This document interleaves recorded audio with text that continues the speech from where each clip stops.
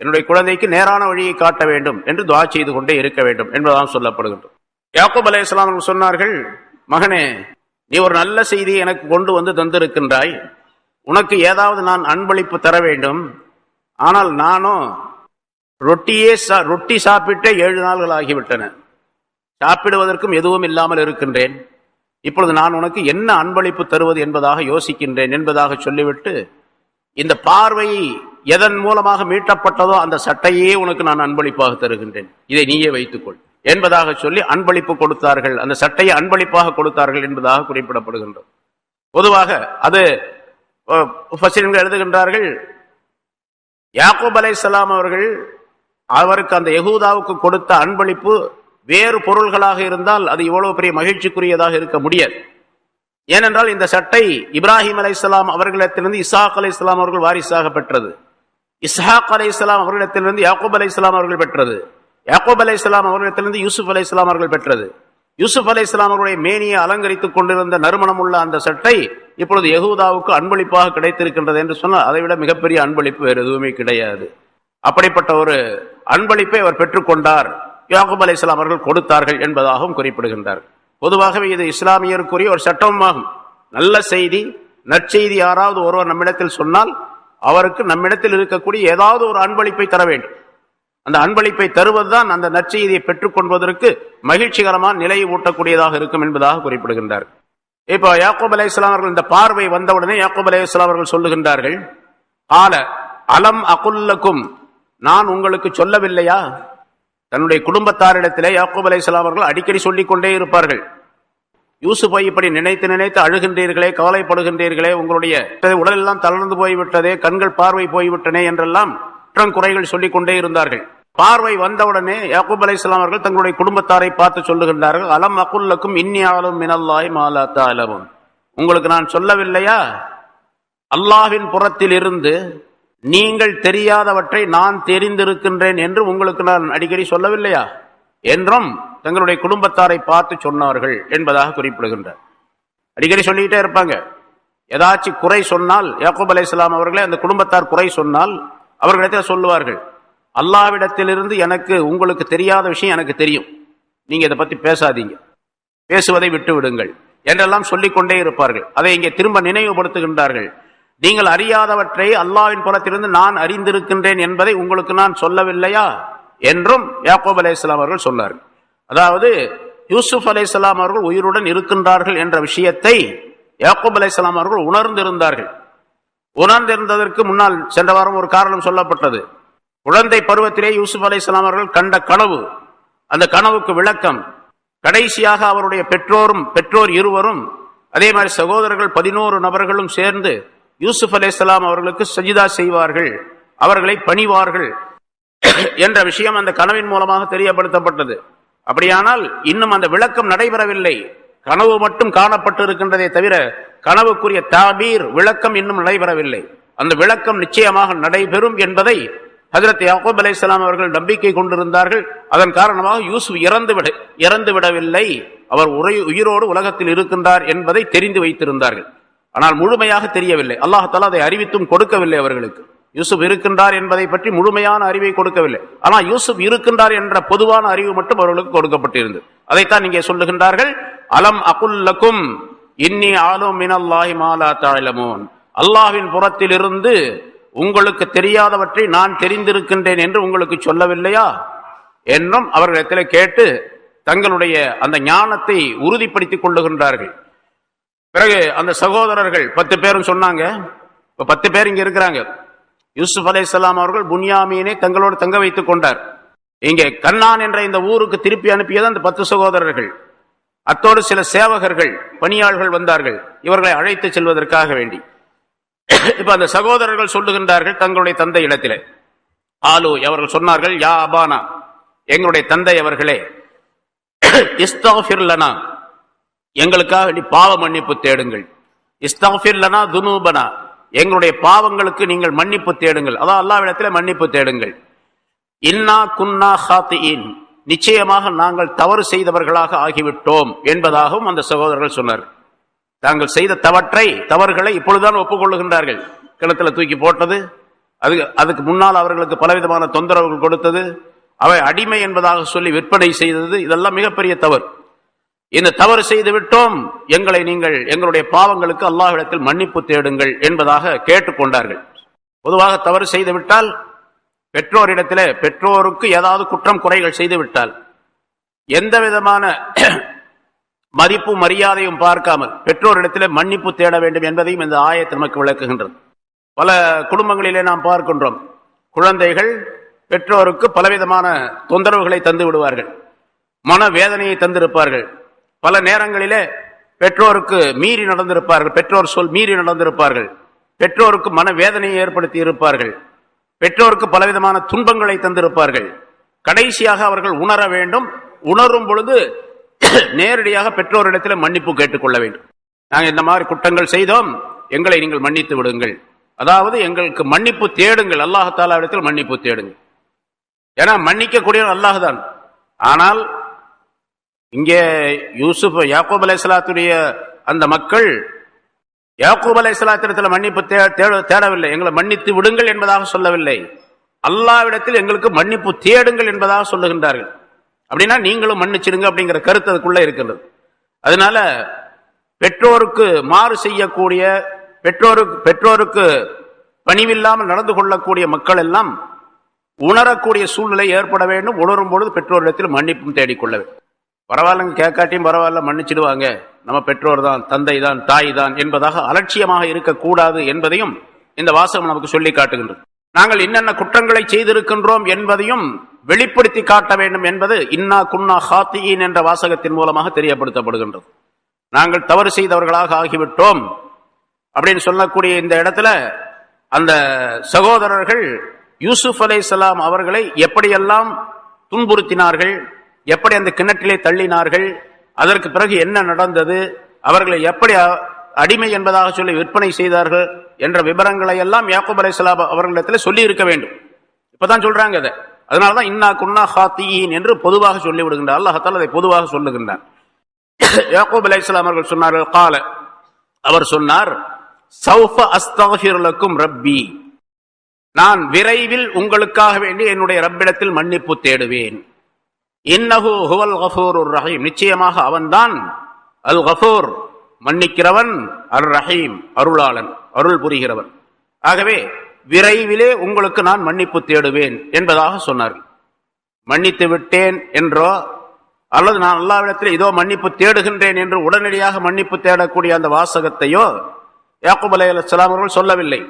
இனிமேல் விரைவிலேயே உங்களுக்கு நான் மன்னிப்பு தேடுகின்றேன், அல்லாஹ்விடத்தில் என்னுடைய ரப்பிடத்திலே மன்னிப்பு தேடுகின்றேன் என்று சொன்னது பல கருத்துக்கள் உடையது என்பதாக குறிப்பிடுகின்றார்கள். அதாவது நான் உடனடியாக மன்னிப்பு தேடுவேன் என்று சொல்லாமல் விரைவில் என்பதாக சொல்லப்பட்டது. இவர்கள் சொல்லக்கூடிய அந்த நேரம் பகல் நேரமாக இருந்திருக்கலாம். ஆகவே இரவு நேரத்திலே, சஹருடைய தஹஜ்ஜுடைய நேரத்திலே நான் என்னுடைய ரப்பிடத்திலே நான் முறையிடுவேன், அந்த நேரத்திலே உங்களுக்காக வேண்டி நான் மன்னிப்பு தேடுவேன் என்பதாக ஒரு கருத்து சொல்லப்பட்டிருக்கின்றது. ஏனென்றால் பொதுவாக மன்னிப்பு தேடுவதற்குரிய சிறந்த நேரம் சஹருடைய நேரம், அதாவது தஹஜ்ஜுடைய நேரம். வஃபில் அஸ்ஹாரி ஹும் யஸ்தக்ஃபிரூன் என்று நல்லடியார்களை பற்றி அல்லாஹ் தஆலா குர்ஆனில் ஒரு இடத்திலே சொல்லி காட்டுகின்றான். அந்த நல்லடியார்கள் எப்படி இருப்பார்கள் என்று சொன்னால், மூமின்கள் வபில் அஸ்ஹாரி, சஹருடைய நேரங்களிலே அவர்கள் அல்லாஹ்விடத்தில் மன்னிப்பு தேடுபவர்களாக இருப்பார்கள் என்று அல்லாஹ் சொல்லுகின்றார். ஆகவே சஹர் நேரத்திலே மன்னிப்பு தேடுவது அதிகமாக ஏற்றுக்கொள்ளப்படுவதற்கு காரணமாகும். எனவேதான் நான் விரைவில் மன்னிப்பு உங்களுக்காக மன்னிப்பு தேடுவேன் என்னுடைய ரப்பிடத்திலே என்பதாக அவர்கள் சொன்னார்கள் என்று குறிப்பிடுகின்றார். இன்னொரு கருத்து, விரைவிலே மன்னிப்பு தேடுவேன் என்று சொன்னால், இப்ப நீங்க என்னிடத்துல சொல்லுகின்றீர்கள் அல்லாஹ்விடத்துல மன்னிப்பு தேடுங்கள் என்று சொல்லுகின்றீர்கள், ஆனால் உங்களுக்கு நான் அவ்வளவு சீக்கிரமாக மன்னிப்பு தேடிவிட முடியாது, அல்லாஹ்விடத்தில் கேட்க முடியாது. காரணம் என்னவென்றால், நீங்கள் செய்த குற்றம் எனக்கு செய்யல, எனக்கு வேறொரு வகையில நீங்கள் செய்திருக்கின்றீர்கள், ஒரு வழியில வரும் அது. ஆனா அசலாக நீங்கள் செய்த குற்றம் யூசுஃபுக்கு செய்தது. யூசுப் அலைஹிஸ்ஸலாம் அவர்களைத்தான் நீங்கள் கிணத்திலே போட்டீர்கள், பலவிதமான துன்பங்களை தந்தீர்கள் அவர்களுக்கு. ஆகவே நான் யூசுஃபை சந்தித்த பின்னால் யூசுஃபிடத்திலே நான் கேட்பேன், இவர்கள் இப்படி உனக்கு பெரும் துன்பத்தை தந்திருக்கின்றார்கள், இந்த சகோதரர்களை எல்லாம் நீ மன்னித்து விடுகின்றாயா என்று நான் கேட்பேன். மன்னித்து விடுகின்றேன் என்று அவர் சொன்னால் உங்களுக்கு நான் அல்லாஹ்விடத்தில் மறுபடியும் மன்னிப்பு தேடுவேன். ஏன்னா அவர் மன்னிக்காத வரைக்கும் அல்லாஹுடைய மன்னிப்பு செல்லுபடியாகாது. அல்லாஹ்விடத்தில் அவர் மன்னிப்பு தேட முடியாது என்று ஹஜ்ரத் யாக்கூப் அலைஹிஸ்ஸலாம் அவர்கள் சொன்னதாக அந்த கருத்து, இந்த ஆயத்தினுடைய கருத்து தெரிவிக்கின்றது என்பதாக முஃபஸ்ஸிரீன்கள் சிலர் குறிப்பிடுகின்றார்கள். சௌஃப அஸ்தக்ஃபிரு லக்கும் ரப்பி, என்னுடைய ரப்பிடத்திலே விரைவில் உங்களுக்கு நான் மன்னிப்பு தேடுவேன் என்று சொன்னது யூசுப் அலைஹிஸ்ஸலாமை சந்தித்த பின்னால், அவரிடத்தில் கேட்ட பின்னால் உங்களுக்கு நான் மன்னிப்பு தேடுவேன் என்பதாக பொருளாகும். பொதுவாக இது ஷரியத்துடைய சட்டமும் கூட. முன்னால் நிறைய விளக்கங்கள் பல தடவை சொல்லப்பட்டு இருக்கின்றது. இங்கே யூசுப் அலைஹிஸ்ஸலாம் அவர்கள் சம்பந்தமாக சொன்ன விஷயமும் யாக்கூப் அலைஹிஸ்ஸலாம் அவர்கள் சொன்னதும் இப்படித்தான். நான் யூசுப்பிடத்திலே கேட்பேன், அவர் மன்னித்து விட்டேன் என்று சொன்னால் உங்களுக்கு என்னுடைய ரப்பிடத்தில் நான் மன்னிப்பு தேடுவேன், விரைவிலே மன்னிப்பு தேடுவேன் என்பதாக பொருளாகும். இன்னஹு ஹுவல் கஃபூருர் ரஹீம், நிச்சயமாக அவன் பாவங்களை மன்னிக்க கூடியவன், அருள் புரியக்கூடியவன் என்பதாக குறிப்பிடுகின்றார்கள். ஃபலம்மா தஹலு அலா யூசுஃப ஆவா இலைஹி அபவைஹி. சரி, இப்போ எல்லாரும் தயாராகிறாங்க. அங்கே யாக்கூப் அலைஹிஸ்ஸலாத்துடைய குடும்பத்தில் மொத்தம் இருந்தவர்கள் 72 பேர் அல்லது 73 நபர்கள் என்பதாக சொல்லப்படுகின்றது. யாக்கூப் அலைஹிஸ்ஸலாத்துடைய குடும்பத்தினர், அவருடைய குழந்தைகள், பேர குழந்தைகள், இவங்கெல்லாம் சேர்த்து 72 பேர். 72 பேரை அழைத்து வருவதற்காக வேண்டி ஒரு 200 பேர் கொண்ட 200 ஒட்டகங்கள் 200 வாகனங்களை கொண்ட ஒரு பெரும் ஒரு படையை அனுப்பி வைத்திருந்தார்கள் ஹஜ்ரத் யூசுப் அலைஹிஸ்ஸலாம் அவர்கள். என்றால் மிகுந்த மரியாதையுடன் அவர்களை அழைத்து வர வேண்டும் என்பது அதனுடைய நோக்கமாகும். அவர்களுக்கு எல்லா விதமான வசதிகளையும் செய்து கொடுத்து அவர்களை அழைத்து வர வேண்டும். ஏன்னா அவர் மிகப்பெரிய ஆட்சியாளர் யூசுப் அலைஹிஸ்ஸலாம் அவர்கள். அவருடைய அதிகாரத்தின் கீழ் மிஸ்ருடைய அந்த நாடு முழுவதும் இயங்கிக் கொண்டிருக்கின்றது. அப்படிப்பட்ட ஒருவருடைய தந்தை அழைத்து பரப்படக்கூடிய சூழ்நிலையில இந்த நிலைகளை எல்லாம், கௌரவங்களை எல்லாம் காப்பாற்ற வேண்டும் என்பதற்காக வேண்டி அப்படி செய்தார்கள் என்பதாக குறிப்பிடுகின்றார்கள். இப்ப அந்த 72 பேரும் அழைத்து வரப்படுகின்றார்கள். யாக்கூப் அலைஹிஸ்ஸலாம் அவர்களும் குடும்பத்தினர் புறப்பட்டு வருகின்றார்கள் என்ற செய்தி யூசுப் அலைஹிஸ்ஸலாம் அவர்களுக்கு கிடைத்தது. முதல்ல ஏற்பாடு செஞ்சிருப்பாங்க. முன்னால ஒருத்தர் வந்து இந்த விஷயத்தை எல்லாம் சொல்லியிருப்பாங்க. சில பேர் வந்து சொல்லி இருப்பாங்க, இப்படி வந்து கொண்டு இருக்கின்றார்கள், இந்த நேரத்தில் இந்த இடத்திற்கு வந்து சேருவார்கள் என்பதா, ஊருடைய எல்லைக்கு வந்து சேருவார்கள் என்ற ஒரு தகவல் கிடைத்தது. யூசுப் அலைஹிஸ்ஸலாம் அவர்கள் பெரும் பரிவாரங்களுடன் தங்களுடைய தந்தை யாக்கூப் அலைஹிஸ்ஸலாம் அவர்களை வரவேற்பதற்காக வேண்டி ஊருக்கு வெளியே செல்லுகின்றார்கள். அந்த அரசரும் அப்பொழுது வயோதிகமான நிலையிலே அந்த நாட்டிலே இருந்து கொண்டிருக்கின்றார். எந்த அரசர் தன்னுடைய அரச பதவியை யூசுப் அலைஹிஸ்ஸலாம் அவர்களிடத்தில் ஒப்படைத்து விட்டு ஓய்வாக இருந்து கொண்டிருக்கின்றார் அந்த அரசர் ரையான் பின் வலீத் என்பவர். அவரும் இஸ்லாத்தை ஏற்றுக்கொண்டார் என்பதாக சொல்லப்பட்டு இருக்கின்றது. அவருக்கும் இந்த செய்தி தரப்பட்டது. அவரும் தன்னுடைய குடும்பத்தாருடன் அந்த வரவேற்பிலே கலந்து கொண்டார். அவரும் தன்னுடைய பரிவாரங்களுடன் வந்தார். மொத்தம் ஊருக்கு வெளியே வரவேற்பதற்காக வேண்டி சென்றவர்கள் 4000 நபர்கள் என்பதாக சொல்லப்படுகின்றது. 4000 பேர் கொண்ட ஒரு பெரும் படையுடனே சென்று, பெரும் குழுவுடனே சென்று யாக்கூப் அலைஹிஸ்ஸலாம் அவர்கள் அந்த தந்தையை வரவேற்கின்றார்கள். யூசுப் அலைஹிஸ்ஸலாம் அவர்கள் தந்தையின் மீது எவ்வளவு பெரிய மதிப்பு வைத்திருப்பார்கள் என்பதையும், தங்களுடைய குடும்பத்தார் மீது எவ்வளவு பாசம் வைத்திருப்பார்கள் என்பதையும் அது தெரியப்படுத்துகின்றது. ஒரு பெரும் கூட்டம். ஹஜ்ரத் யூசுப் அலைஹிஸ்ஸலாம் அவர்கள் தங்களுடைய தலையிலே அரசாங்கத்தினுடைய அரசருக்குரிய அந்த கிரீடத்துடன் பவனி செல்கின்றார்கள். அங்கே தங்களுக்குரிய அந்த வாகனத்தின் மீது அவர்கள் அமர்ந்திருக்கின்றார்கள். யாக்கூப் அலைஹிஸ்ஸலாம் அவர்களை ஊருக்கு வெளியே காணுகின்றார்கள். பார்த்த உடனே யாக்கூப் அலைஹிஸ்ஸலாம் அவர்களுக்கு வயது ரொம்ப அதிகமாகிவிட்டது. இப்போ 100க்கு மேல அவர்களுக்குடைய வயது, 100க்கு மேல. அந்த தள்ளாத வயதிலே அவர்கள் வாகனத்திலிருந்து கீழே இறங்கிய பொழுது அவர்கள் நடை தளர்ந்திருந்த காரணத்தால் யெகூதாவுடைய அந்த கை தாங்கலாக அவர்கள் நடந்து வருகின்றார்கள். வரும்பொழுது யூசுப் அலைஹிஸ்ஸலாம் அவர்களை அந்த வாகனத்தின் மீது கிரீடம் அணிந்தவர்களாக காணுகின்றார்கள். யாக்கூப் அலைஹிஸ்ஸலாம் அவர்கள் யெகூதாவிடத்தில் கேட்டார்கள், இவர்தான் எகிப்து நாட்டுடைய ஃபிரௌனோ, இவ்வளவு ஆடம்பரமாக வந்து கொண்டு இருக்கின்றாரே என்பதாக கேட்டார்களாம். யெகூதா சொன்னார், இல்லை தந்தை அவர்களே, அவர்தான் உங்களுடைய மகன் யூசுப் என்பதாக யெகூதா என்பவர் சொன்ன பொழுது ஹஜ்ரத் யாக்கூப் அலைஹிஸ்ஸலாம் அவர்கள் அல்லாஹ்வை மிக அதிகமாக புகழ்ந்தார்கள். அல்லாஹுடைய நிஅமத் யாக்கூபுடைய குடும்பத்தின் மீது, ஆல யாக்கூபின் மீது நிரப்பமாக ஆகிவிட்டது என்பதாக அல்லாஹ்வை புகழ்ந்து சொன்னார்கள் என்பதாக குறிப்பிடப்படுகின்றது. தந்தையும் மகனும் அங்கே சந்தித்துக் கொள்ளுகின்றார்கள். யூசுப் அலைஹிஸ்ஸலாம் அவர்கள் தந்தையை கட்டி தழுவி அவர்களை முத்தமிட்டு வரவேற்றார்கள். அல்லாஹ் தஆலா அந்த காட்சியை சொல்லுகின்றான் இங்கே. ஃபலம்மா தஹலு அலா யூசுஃப இப்ப இன்னும் மிஸ்ர் எகிப்து நாட்டுக்குள்ள இன்னும் வரல. நாட்டுடைய எல்லையிலே, எகிப்தினுடைய வெளிப்புறத்திலே எல்லையிலே அவர்கள் நின்று கொண்டு வரவேற்கிறார்கள். இங்கே அந்த நிகழ்ச்சி அல்லாஹ் சொல்லுகின்றான். ஃபலம்மா தஹலு அலா யூசுஃப, யூசுஃபிடத்திலே அவர்கள் வந்த பொழுது, யாக்கூப் அலைஹிஸ்ஸலாத்துடைய குடும்பத்தினர் யூசுஃபிடத்திலே வந்த பொழுது, ஆவா இலைஹி அபவைஹி, யூசுப் அலைஹிஸ்ஸலாம் அவர்கள் தன் பக்கமாக தன்னுடைய பெற்றோர் இருவரையும் அணைத்துக் கொண்டார்கள். தந்தையை அணைத்து முத்தமிட்டார், அதே போன்று தாயையும் அணைத்துக் கொண்டார். தாய் என்பது சொந்த தாய் அல்ல. ஆரம்பத்திலே சொன்னா புன்யாமீன் என்ற அந்த தம்பி பிறந்த நேரத்திலேயே அவருடைய தாயார் இறந்து விட்டார். அந்த பிரசவ வேதனையிலே அவர் இறந்து விட்டார். குழந்தை மட்டும் பிழைத்துக் கொண்டது, புன்யாமீன் பிழைத்துக் கொண்டார். இரண்டாவது அவருடைய சகோதரர் ராஹிலா என்ற அந்த பெண்மணியை யாக்கூப் அலைஹிஸ்ஸலாம் அவர்கள் திருமணம் செய்து கொண்டார்கள். இப்ப அந்த ராஹிலா என்ற அந்த பெண்மணி தான் இவரோடு வந்திருக்கின்றார். யூசுப் அலைஹிஸ்ஸலாம் அவர்களுக்கு சிறிய தாயார் என்று இருந்தாலும் கூட, தாயாருடைய தங்கையும் கூட, தன்னுடைய தந்தையுடைய இன்னொரு மனைவியும் கூட, ஆக தாயார் என்று சொல்லப்படுவது அவரைத்தான் இங்கே குறிப்பிடுகின்றார்கள். ஆக அபவைஹி, அவருடைய பெற்றோர் என்று சொன்னால் தாயும் தந்தையும் என்பது தந்தையையும் சிறிய தாயாரையும் குறிப்பிடுவதாக இங்கே விளக்கம் தருகின்றார்கள். யூசுப் அலைஹிஸ்ஸலாத்துடைய தாயார் இறந்து விட்டார். அவருக்கு பதிலாக அவருடைய சிற்றன்னையை தாயார் என்பதாக அல்லாஹ் தஆலா இங்கே வர்ணிக்கின்றான். ஆவா இலைஹி அபவைஹி. இப்ப யூசுப் அலைஹிஸ்ஸலாம் அவர்கள் தந்தை இடத்திலே சொல்லுகின்றார்கள், யாக்கூப் அலைஹிஸ்ஸலாத்திடத்திலே, அந்த குடும்பத்தாரிடத்திலே, உத்ஹுலு மிஸ்ர இன்ஷா அல்லாஹு ஆமினீன், நீங்கள் எகிப்து நாட்டிலே இங்கே நுழையுங்கள், உள்ளே செல்லுங்கள், இன்ஷா அல்லாஹ், அல்லாஹ் நாடினால், அல்லாஹ்வுடைய நாட்டப்படி என்று கருத்து. நாடினால் அப்படின்னு சொன்னா பொதுவாக இன்ஷா அல்லாஹ் என்று சொல்ல வேண்டும் என்பது நமக்கு, அந்த இடத்துல எல்லையில் நின்று இருக்கிறாங்க, உள்ள போகணும் அப்படின்னு சொல்றதுக்கும் இன்ஷா அல்லாஹ் என்று சொல்ல வேண்டும் என்பது தெரியப்படுத்தப்படுகின்றது.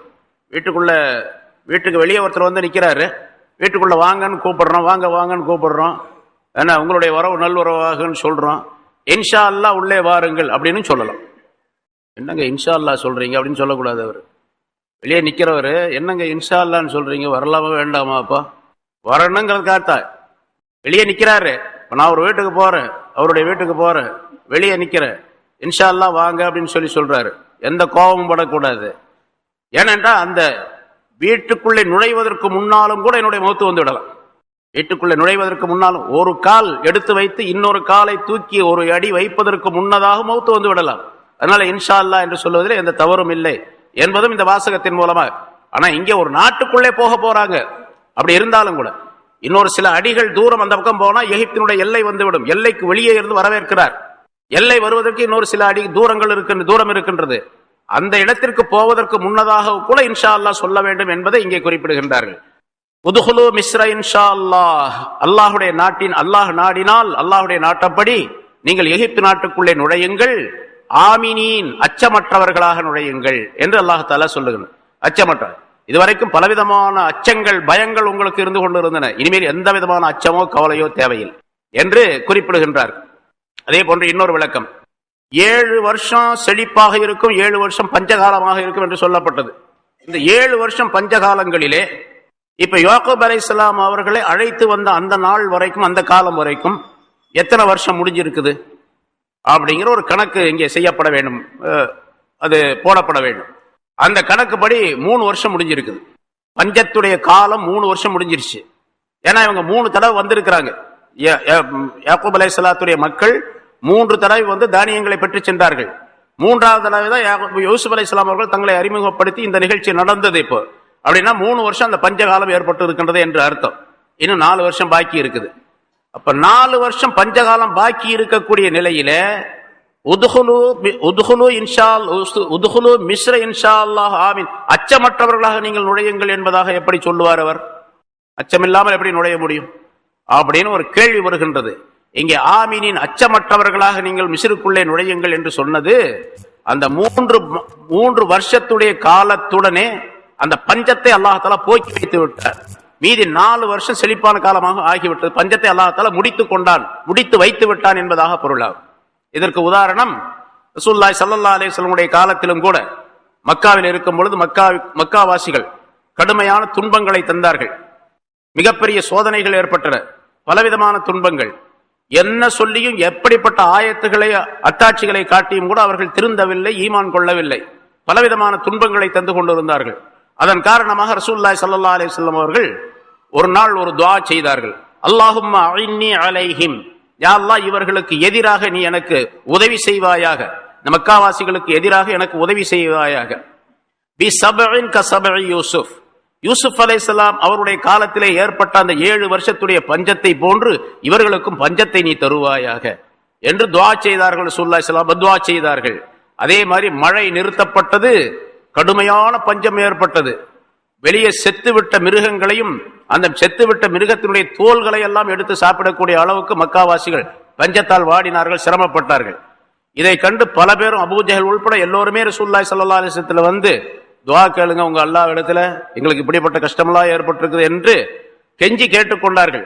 பலவிதமான கெஞ்சுதல் பல நிலைகளுக்கு பின்னால் பல மனிதர்கள் கேட்டுக்கொண்ட பின்னால் ஒரு 3 வருஷம் அது மாதிரி கழிஞ்சிச்சு. அங்கே ஸல்லல்லாஹு அலைஹி வஸல்லம் சொன்னது 7 வருஷத்தை சொன்னாங்க. யூசுப் அலைஹிஸ்ஸலாத்துடைய காலத்தில் ஏற்பட்ட அந்த 7 வருஷத்தை போல இவர்களுக்கு 7 வருஷம் பஞ்சத்தை கொடுன்னு கேட்டாங்க. தொடர்ந்து இருந்தால் அது 7 வருஷம் நடக்கும், அந்த பஞ்சம் வரும். ஆனால் இவர்கள் கேட்டுக்கொண்டதின் காரணமாக இறக்கப்பட்ட ரசூலுல்லாஹி ஸல்லல்லாஹு அலைஹி வஸல்லம் அவர்கள் அல்லாஹ் தஆலாவிடத்தில் ஷஃபாஅத் செய்தார்கள், சிபாரிசு செய்தார்கள். அபூ சுஃபியானை அனுப்பினார்கள். இது சம்பந்தமாக அவர் பேசினார். அதன் காரணமாக ரசூலுல்லாஹி ஸல்லல்லாஹு அலைஹி வஸல்லம் அவர்களுக்கு இரக்கம் ஏற்பட்டது. அல்லாஹ் தஆலாவிடத்தில் துஆ கேட்டார்கள். அந்த பஞ்சம் 3 வருஷத்தோடு விலக்கப்பட்டு விட்டது. அதற்கு பிறகு பஞ்சம் இல்லாமல் செழிப்பான மழை பெய்தது, செழிப்பான ஒரு சூழ்நிலை ஏற்பட்டது, பரக்கத்தான் நிலை ஏற்பட்டது என்பதாக வரலாற்றிலே ரசூலுல்லாஹி ஸல்லல்லாஹு அலைஹி வஸல்லம் வரலாற்றிலே குறிப்பிடப்பட்டு இருக்கின்றது. இதே போன்றுதான் யூசுப் அலைஹிஸ்ஸலாத்துடைய 7 வருஷத்தை போன்று அவர்களுக்கு ஏற்படுத்துவாயாக என்று சொன்னதும் கூட யூசுப் அலைஹிஸ்ஸலாம் அவர்களுக்கு 3 வருஷம் தான் இருந்துச்சு. மீதி 4 வருஷம் யாக்கூப் அலைஹிஸ்ஸலாம் அவர்கள் அவர்களுடைய குடும்பத்தினர் எல்லோரும் மிஸ்ருக்கு வந்து சேர்ந்த காரணத்தினால், அந்த நபிமார்களுடைய பரக்கத்தின் காரணத்தினால் அல்லாஹ் தஆலா மீதி உள்ள காலத்தினுடைய அந்த பஞ்சத்தை போக்கி வைத்து விட்டான், செழிப்பான காலமாக ஆக்கி வைத்து விட்டான் என்பதாக குறிப்பிடப்படுகின்றது. அதைத்தான் அல்லாஹ் தஆலா இங்கே ஆமினீன் என்று யூசுப் அலைஹிஸ்ஸலாம் அவர்கள் தந்தையை பார்த்து சொல்லுகின்றார்கள். உத்ஹுலு மிஸ்ர இன்ஷாஅல்லாஹ், அல்லாஹ்வுடைய நாட்டப்படி மிஸ்ருக்குள்ளே நீங்கள் நுழையுங்கள், ஆமினீன் அச்சமற்றவர்களாக. முதல்ல ஒரு கருத்து, இதுவரைக்கும் நீங்க வறுமைப்பட்டு கொண்டு இருந்தீர்கள். சொன்னாங்க பாருங்க, 7 நாள் ஆச்சு நான் ரொட்டி சாப்பிட்டே 7 நாள் ஆச்சுன்னு சொன்னாங்க. அப்படின்னா எவ்வளவு கஷ்டத்தில் இருப்பாங்க. இப்ப எந்த விதமான வறுமையும் கிடையாது, கஷ்டமும் கிடையாது, சிரமமும் கிடையாது. எல்லா விதமான கஷ்டங்களை விட்டும், பயங்களை விட்டும், அச்சத்தை விட்டும், எல்லா விதமான தீமைகளை விட்டும் அச்சமற்றவர்களாக நீங்கள் இந்த மிஸ்ருக்குள்ளே நுழையுங்கள் என்று யூசுப் அலைஹிஸ்ஸலாம் அவர்கள் தங்களுடைய தந்தை இடத்திலே சொன்னார்கள் என்பதாக குறிப்பிடப்படுகின்றது. அதே மாதிரி வந்தாங்க யூசுப் அலைஹிஸ்ஸலாம், யாக்கூப் அலைஹிஸ்ஸலாம் அவர்களுக்கு ஒரு அருமையான மாளிகையை தயார் செய்து தந்தார்கள். அவருடைய குடும்பத்தினர் தங்குவதற்காக வேண்டி ஏற்பாடு செய்து தந்தார்கள். மிக சுகமான வாழ்க்கை. அதற்கு பிறகு ஒரு 25 அல்லது 26 வருஷம் என்பதாக சொல்லப்படுகின்றது யாக்கூப் அலைஹிஸ்ஸலாம் உயிரோடு இருந்தார்கள். அந்த காலத்திலே யாக்கூப் அலைஹிஸ்ஸலாம் அவர்களும் அவருடைய குடும்பத்தினரும் மிக உல்லாசமான வாழ்க்கையை வாழ்ந்தார்கள். மிக சுகமான வாழ்க்கை அவர்களுக்கு. சுகமான வாழ்க்கை என்று சொன்னால் அந்த சுகத்திலே மூழ்கி போய்விடவில்லை, மாறாக தங்களுக்கு என்ன பொறுப்பு கொடுக்கப்பட்டதோ நுபுவத்துடைய அந்த பொறுப்பு அதையும் செய்து கொண்டிருந்தார்கள். அதே நேரத்தில் முன்னால் எப்படி சிரமப்பட்டு கொண்டிருந்தார்கள் அந்த சிரமங்களை எல்லாம் நீக்கி அல்லாஹ் தஆலா அவர்களுக்கு மிகப்பெரிய வசதியான வாழ்க்கையை ஏற்படுத்தி தந்தான் உலக சம்பந்தப்பட்ட விஷயத்திலே என்பதாகவும் குறிப்பிடப்படுகின்றது. பிறகு இப்ப யூசுப் அலைஹிஸ்ஸலாம் அவர்கள் யாக்கூப் அலைஹிஸ்ஸலாமை கொண்டு வந்து தந்தை தாயார் எல்லாத்தையும் குடும்பத்தினர் எல்லாம் சுகமாக வாழ வைத்தார்கள். இந்த நேரத்தில் வரஃபா அபவைஹி அலல் அர்ஷ், யூசுப் அலைஹிஸ்ஸலாம் அந்த கண்ட கனவினுடைய அந்த விளக்கம் நடைபெற வேண்டும் அல்லவா, அதை அல்லாஹ் குறிப்பிடுகிறான். வரஃபா அபவைஹி, தன்னுடைய பெற்றோரை சிம்மாசனத்தின் மீது தூக்கி வைத்தார். வரஃபா அபவைஹி, தன்னுடைய பெற்றோரை சிம்மாசனத்தின் மீது தூக்கி வைத்தார். அதாவது சிம்மாசனத்தின் மீது தான் அமர்ந்திருந்த அந்த சிம்மாசனத்தின் மீது உட்கார செய்தார். உயர்த்தினார் என்று சொன்னால் அங்கே உட்கார வைத்தார். அந்த சகோதரர்கள் 11 பேரும் இருக்கிறாங்க. உட்கார வைத்து அழகு பார்த்தார். அதற்கு பின்னால் யூசுப் அலைஹிஸ்ஸலாம் அவர்கள் தங்களுடைய ஒரு சிம்மாசனத்திலே உட்கார்ந்தார்கள். இப்பொழுது அந்த பெற்றோர் இருவரும் 11 சகோதரர்களும் யூசுப் அலைஹிஸ்ஸலாம் அவர்களுக்கு கீழே இறங்கி வந்து யூசுப் அலைஹிஸ்ஸலாம் அவர்களுக்காக சஜிதா செய்தார்கள். வஹர்ரு லஹு சுஜ்ஜதா, அவருக்காக வேண்டி அவர்கள் அனைவரும் சஜிதா செய்தார். சஜிதா செய்தவர்களாக கீழே விழுந்தார்கள். ஹர்ரு, கீழே விழுந்தார்கள். விழுந்தார்கள் சொன்னால் தலையை நெற்றியை கீழே வைத்தார்கள். சுஜ்ஜதன், சஜிதா செய்யக்கூடியவர்களாக கீழே விழுந்தார்கள் என்று அல்லாஹ் தஆலா குறிப்பிடுகின்றான்.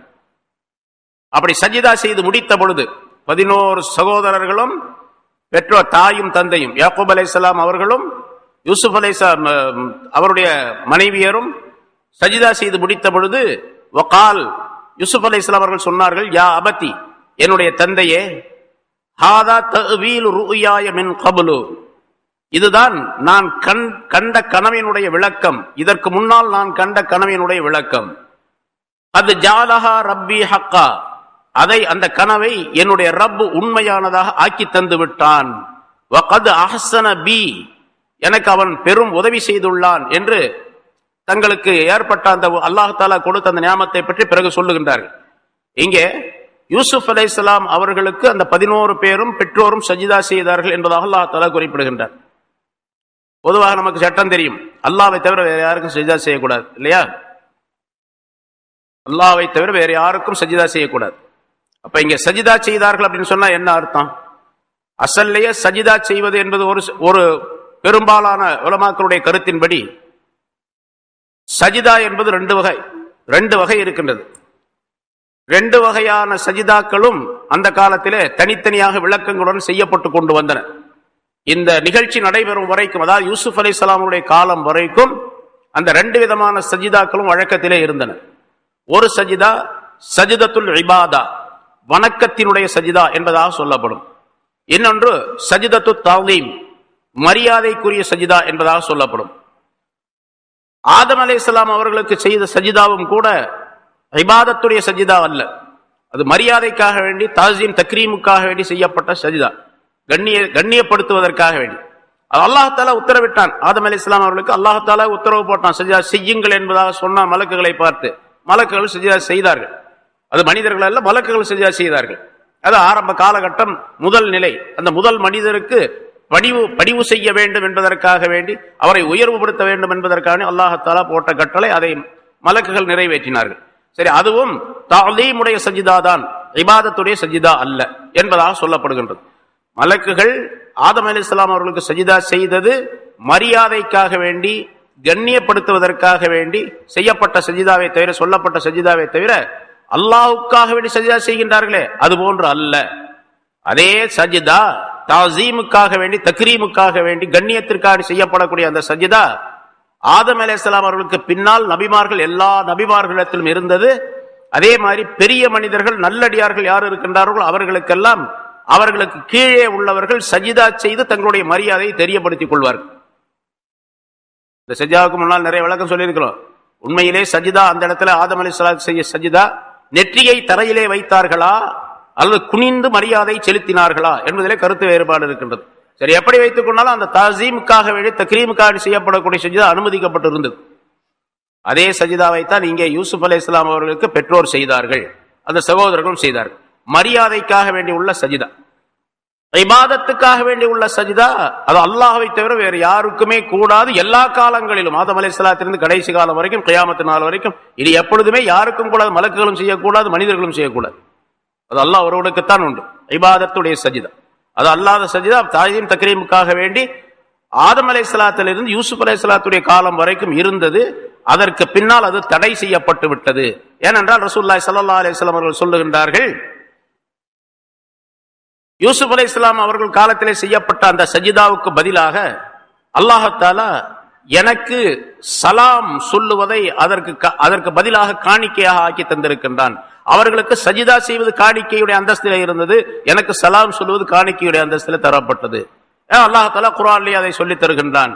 யா அய்யுஹல்லதி இதா ஹுய்யிதும் ஃபதஹய்யு பிஅஹ்ஸன மின்ஹா உருதுஹா என்ற ஆயத்தின் மூலமாக சலாம் சொல்லுவது காணிக்கை என்பதாக, தஹிய்யா என்பதாக சொல்லி அல்லாஹ் தஆலா விளக்கம் தருகின்றான். ஆகவே அந்த சஜிதா செய்வது இப்பொழுது தடை செய்யப்பட்டு விட்டது. அதாவது யூசுப் அலைஹிஸ்ஸலாத்துடைய காலத்துக்கு பின்னாலேயே தடை செய்யப்பட்டு விட்டது. அதுக்கு பின்னாலே எந்த நபிமார்கள் வந்தார்களோ அவர்கள் அனைவருக்கும் தடை செய்யப்பட்டு விட்டது. குறிப்பாக ரசூலுல்லாஹி ஸல்லல்லாஹு அலைஹி வஸல்லம் காலத்தில் அது தடை செய்யப்பட்டு விட்டது. இபாதத், வணக்கம் என்ற அடிப்படையில் சஜிதா செய்வதும் கூடாது, தாஸீம் தக்ரீம் என்ற அடிப்படையில் சஜிதா செய்வதும் இப்பொழுது செய்வது கூடாது. சரி, இது இன்னொரு விளக்கம் இதுல இருக்குது, இன்ஷா அல்லாஹ் அடுத்த வாரம் அது சொல்லுவோம். இப்ப இன்னொரு விளக்கம், ஒரு விஷயம் என்னன்னு கேட்டா, பொதுவாக மகன், குழந்தைகள் பெற்றோருக்கு மரியாதை செய்ய வேண்டும், அப்படித்தான பழக்கம். மக்கள் பெற்றோருக்கு மரியாதை செய்ய வேண்டும். இங்க பெற்றோர் மகனுக்கு மரியாதை செய்யறாங்க, இது எப்படி கூடும்? தந்தை சஜிதா செய்தார், யாக்கூப் அலைஹிஸ்ஸலாம் அவர்கள் தந்தையும் தாயும் சஜிதா செய்தார்கள் என்று வருகின்றது. வரஃபா அபவைஹி அலல் ஹர்ஷி வஹர்ரு லஹு சுஜதா என்று அல்லாஹ் தஆலாவே சொல்லுகின்றான். எப்படி செஞ்சாங்க அப்படின்னு கேட்டா, இது மரியாதைக்காக வேண்டி சஜிதா செய்யறது கூடும் என்பது தெரியப்படுத்தப்படுகின்றது என்பது மட்டுமல்லாமல், அல்லாஹ் தஆலா கட்டளையிட்டு இருப்பான், இந்த மாதிரி உன்னுடைய மகனுக்கு நீ சஜிதா செய்ய வேண்டும், மரியாதை செலுத்தும் நிமித்தமாக சஜிதா செய்ய வேண்டும் என்று அல்லாஹ் தஆலா யாக்கூப் அலைஹிஸ்ஸலாத்துக்கு கட்டளையிட்டு இருப்பான். அந்த கட்டளையிட்டது என்பது அப்பொழுது அல்ல, உடனடியாக அல்ல, 40 வருஷத்துக்கு முன்னாலே அல்லாஹ் தஆலா சொல்லிட்டான் கனவின் மூலமாக. யூசுப் அலைஹிஸ்ஸலாம் அவர்கள் கண்ட கனவுனுடைய விளக்கமே இவர்கள் எல்லாம் பின்னால் ஒரு காலத்திலே சஜிதா செய்வார்கள் என்பதை தெரியப்படுத்துகின்றது. அப்பொழுதே அல்லாஹ் தஆலா அந்த கட்டளை கனவின் மூலமாக யூசுப் அலைஹிஸ்ஸலாம் அவர்களுக்கு காட்டிவிட்டான். ஆக பெற்றோரும் மரியாதை செய்ய வேண்டும் இவருக்கு. ஏனென்று சொன்னால் இவர் அரசராக, வெறும் நபியாக மட்டும் இல்லாமல் அரசாக இருக்கின்றார். வெறும் சாதாரணமான அரசர் அல்ல, மிகப்பெரிய அறிவாளியான அரசராக, அறிவு நுணுக்கங்கள் நிறைந்த அரசராக வீற்றிருக்கின்றார். பல்லாயிரக்கணக்கான செய்திகளுக்கு விளக்கங்களை தந்து கொண்டிருக்கின்றார். பல்லாயிரக்கணக்கான மக்களுக்கு வாழ்வழித்துக் கொண்டிருக்கின்றார். பலவிதமான நன்மைகளை அந்த நாட்டுக்கு செய்து கொண்டிருக்கின்றார். அந்த நாடே மிகப்பெரிய செழிப்பான ஒரு சூழ்நிலையிலே அமைந்திருந்தது என்பதாக குறிப்பிடுகின்றார். அப்படிப்பட்ட ஒரு செழிப்பான காலகட்டம் எந்த நாட்டிலும் எந்த காலத்திலும் கிடையாது. இதுக்கெல்லாம் காரணம் யூசுப் அலைஹிஸ்ஸலாத்துடைய ஆட்சி முறை, அவர்கள் அணுகி அவர்கள் நடந்து கொண்ட அந்த முறை, அவர்கள் ஆட்சி செய்த தன்மை, இவையெல்லாம் அங்கே இப்படிப்பட்ட அனுகூலங்களை பெற்று தந்திருந்தன. அதனால் யூசுப் அலைஹிஸ்ஸலாம் அவர்களுக்கு சஜிதா செய்ய வேண்டும், மரியாதைக்காக வேண்டும் என்று அல்லாஹுடைய கட்டளையின் மூலமாகத்தான் யாக்கூப் அலைஹிஸ்ஸலாம் அவர்கள் அந்த சஜிதாவை செய்தார்கள் என்று சொல்லும் பொழுது வேறு கேள்விக்கே இடம் கிடையாது. அந்த இடத்துல அல்லாஹ் சொன்னான் செய்த, அவ்வளவுதான். எப்படி மலக்குகள் சஜிதா செய்தார்கள் ஆதமுக்கு, அதே போல் அப்படி செஞ்சாங்க. அவ்வளவு. ஆனா அதுக்கு பின்னால அந்த சஜிதா தடை செய்யப்பட்டது. இப்ப சில பேர் சொல்லலாம், ஆதம் அலைஹிஸ்ஸலாம் அவர்களுக்கு மலக்குகள் சஜிதா செஞ்சாங்க, யூசுப் அலைஹிஸ்ஸலாம் அவர்களுக்கு அவங்க பெற்றோரும் சகோதரர்களும் சஜிதா செஞ்சாங்க, அதனால பெரியவர்களுக்கெல்லாம் தாசீம் தக்ரீமுக்காக சஜிதா செய்யலாம் என்று சொல்லக்கூடிய சில மனிதர்கள் இப்பொழுதும் நம்மிடத்தில் இருக்கிறாங்க, முஸ்லிம்கள்ல இருக்கிறாங்க. தங்களை ஷேக்மார்கள் என்பதாக சொல்லிக் கொள்வார்கள், பெரிய ஞானம் உள்ளவர்களாக ஞானிகள் என்பதாக சொல்லிக் கொள்வார்கள். அல்லாஹ் தஆலா குர்ஆன்லயே அதை சொல்றான், யூசுப் அலைஹிஸ்ஸலாத்து சஜிதா செஞ்சதாக அதே அந்தஸ்துல தான் நான் இருக்கிறேன், ஆகவே எனக்கும் சஜிதா செய்யணும் என்று சொல்லக்கூடியவர்கள் நிறைய பேர் இருக்கிறாங்க. சஜிதா செய்யாவிட்டாலும் கூட காலையாவது தொட்டு முத்தமிடுங்கள் என்று சொல்லி காலை தொட்டு முத்தமிட அனுமதிக்கக்கூடிய பல ஷேக்மார்கள், பெரியவர்கள், ஞானவான்கள் பலர் இருக்கின்றார்கள், தவறான கருத்து உடையவர்கள். ஆனால் ரசூலுல்லாஹி ஸல்லல்லாஹு அலைஹி வஸல்லம் மிக தெளிவாக நமக்கு சொல்லி தந்திருக்கின்றார்கள். முன்னால சொல்லப்பட்டிருக்கிறது, ஒரு சஹாபி ரோமாபுரிக்கு சென்றார், ரோம் நாட்டுக்கு சென்றார். பயணம் போய்விட்டு திரும்பி வந்த பொழுது ரசூலுல்லாஹி ஸல்லல்லாஹு அலைஹி வஸல்லம் வந்து சொன்னார், யார் ரசூலுல்லாஹ், நான் ரோம் நாட்டுக்கு சென்றிருந்தேன், அங்கே மிகப்பெரிய அதிகாரியாக இருக்கக்கூடிய மர்சுபான் என்ற ஒரு அதிகாரி, அந்த நாட்டு மக்கள் எல்லாம் மர்சுபானுக்கு சஜிதா செய்கின்றார்கள் மரியாதைக்காக வேண்டி. நீங்களோ மிகப்பெரிய நபியாக இருக்கின்றீர்கள், ரசூலாக இருக்கின்றீர்கள், அந்த மர்சுபான் என்பவனை விட மிகப்பெரிய அதிகாரம் படைத்தவராக அல்லாஹ் தஆலா உங்களை ஆக்கி வைத்திருக்கின்றான், அவனுக்கே அவர்கள் சஜிதா செய்யும் பொழுது நாங்கள் ஏன் உங்களுக்கு சஜிதா செய்யக்கூடாது என்பதாக கேட்டார்கள். ரசூலுல்லாஹி ஸல்லல்லாஹு அலைஹி வஸல்லம் ஒரு பதிலை சொன்னாங்க. அதே பதிலை இன்னொரு தடவை சொன்னாங்க. ஒரு ஒட்டகம், ரசூலுல்லாஹி ஸல்லல்லாஹு அலைஹி வஸல்லம் ஒரு வழியில போயிட்டு இருந்தாங்க, அல்லது ஒரு இடத்துல தங்கி இருந்தார்கள். ஒரு ஒட்டகம் வந்தது, தன்னுடைய தலையை ரசூலுல்லாஹி ஸல்லல்லாஹு அலைஹி வஸல்லம் பாதத்துக்கு கீழே வைத்து சஜிதா செஞ்சது. யார சொல்லலாம், மிருகங்கள் எல்லாம் தங்களுக்கு சஜிதா செய்கின்றனவே, சஜிதா செய்வதற்கு நாங்கள் ரொம்ப தகுதி பெற்றவர்களாக நாங்களும் சஜிதா செய்ய அனுமதி கொடுங்கன்னு கேட்டாங்க. அப்போ ஒரு பதில் சொன்னாங்க, அதே பதில சொன்னாங்க. இன்னொரு தடவை ஒரு கிராமப்புறத்து அரபி ஒருவர் வந்தார், ரசூலுல்லாஹி ஸல்லல்லாஹு அலைஹி வஸல்லம் வந்து எனக்கு ஒரு அற்புதம் காட்டுங்கள், உங்களுடைய மோஜிசா ஒன்றை எனக்கு காட்ட வேண்டும் என்பதாக கேட்டுக்கொண்டார். கண்டிப்பாக காட்ட வேண்டுமா என்று கேட்டார்கள் ரசூலுல்லாஹி ஸல்லல்லாஹு அலைஹி வஸல்லம். ஆம் என்பதாக அவர் சொன்னார்.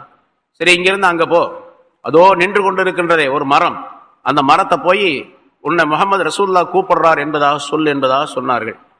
அவர் நேரா போனார், அந்த மரத்தை ரசூலுல்லாஹ் கூப்பிடுறாங்க உங்களை அப்படின்னு சொல்லி சொன்னார். அந்த மரம் அப்படியே வேரோடு அப்படியும் இப்படியும் அசைந்தது, வேரோடு பிடுங்கி கொண்டு மேலே மேலே வந்தது, வேர்களை கால்களாக ஆக்கி கொண்டு அங்கிருந்து அப்படியே நடந்து வந்தது. ரசூலுல்லாஹி ஸல்லல்லாஹு அலைஹி வஸல்லம் முன்னால வந்த உடனே அப்படியே கீழே விழுந்து சஜிதா செய்தது. திரும்பி போ என்பதாக சொன்னார்கள். அது திரும்பி போனது, தன்னிடத்திலே போய் நின்று கொண்டது. இப்பொழுது அந்த அரபி கேட்டார், யா ரசூலல்லாஹ், மரமெல்லாம் உங்களுக்கு சஜிதா செய்கின்றன, நாங்களும் சஜிதா செய்யலாமா என்பதாக கேட்டார். ரசூலுல்லாஹி ஸல்லல்லாஹு அலைஹி வஸல்லம் ஒரு பதிலை சொன்னாங்க. அந்த பதில் எல்லாத்துக்கும் ஒரே மாதிரி அந்த வாசகத்தை சொன்னார்கள். லவ் குன்து ஆமுரு அஹதன் அன் யஸ்ஜுத லி அஹதின், ஒரு மனிதன் இன்னொரு மனிதனுக்கு சஜிதா செய்வது ஆகும் என்று இருந்தால், கூடாது, ஆகும் என்று இருந்தால், அமர்த்துல் மர்அத்தான் தஸ்ஜுத லிஸௌஜிஹா, கணவனுக்கு சஜிதா செய்யுமாறு மனைவிக்கு நான் கட்டளையிட்டு இருப்பேன் என்பதாக சொன்னார்கள் என்ற அந்த வாசகம் எல்லா இடத்திலும் ஸல்லல்லாஹு அலைஹி வஸல்லம் சொன்னது. அதனால மனிதர்கள் யாருக்குமே சஜிதா செய்யக்கூடாது என்பதாக சொன்னார். ஒரு அறிவிப்பில் ஒரு தூதுக்குழு ஒன்று வந்தது. வந்து வாகனத்திலிருந்து இறங்கியவர்கள் நேராக வந்தவுடன் ரசூலுல்லாஹி ஸல்லல்லாஹு அலைஹி வஸல்லம் காலை தொட்டு முத்தமிட்டார்கள் என்பதாக ஒரு வரலாறு, ஒரு ஹதீஸ் அறிவிக்கப்படுகின்றது. அதை வைத்துக் கொண்டு சில பேர் காலை தொட்டு முத்தமிடலாம், ரசூலுல்லாஹி ஸல்லல்லாஹு அலைஹி வஸல்லம் காலை தொட்டு முத்தமிட்ட மாதிரி பெற்றோருடைய காலை தொட்டு முத்தமிடலாம், ஷேக்மார்களுடைய காலை தொட்டு முத்தமிடலாம், பெரியவருடைய காலை தொட்டு முத்தமிடலாம் என்பதாக சொல்லுவார்கள். அதற்கு விளக்கம் தரக்கூடிய முஹத்திஸீன்கள் எழுதுகின்றார்கள், ரசூலுல்லாஹி ஸல்லல்லாஹு அலைஹி வஸல்லம் முத்தமிட சொல்லவில்லை, அதை எதிர்பார்க்கவும் இல்லை. திடீரென்று வந்தவர்கள் அவருடைய நாட்டு வழக்கப்படி காலை தொட்டு முத்தமிட்டார்கள். அது ரசூலுல்லாஹி ஸல்லல்லாஹு அலைஹி வஸல்லம் விரும்பாத ஒன்று. அவர்கள் நபி அவர்கள் விரும்பவில்லை, அவர்கள் எதேச்சையாக செய்த விஷயம். அப்ப ரசூலுல்லாஹி ஸல்லல்லாஹு அலைஹி வஸல்லம் தடை செஞ்சிருக்கலாமே, இதெல்லாம் செய்யக்கூடாது. அங்கே மற்ற ஹதீஸ்களின் மூலமாக அதை தடை செய்கின்றார்கள். ரசூலுல்லாஹி ஸல்லல்லாஹு அலைஹி வஸல்லம் யாரும் யாருடைய காலை முத்தமிடக் கூடாது என்பதற்கு தெளிவான ஹதீஸ்கள் இருக்கின்றன. ஒரு சஹாபி கேட்டார், யா ரசூலல்லாஹ்,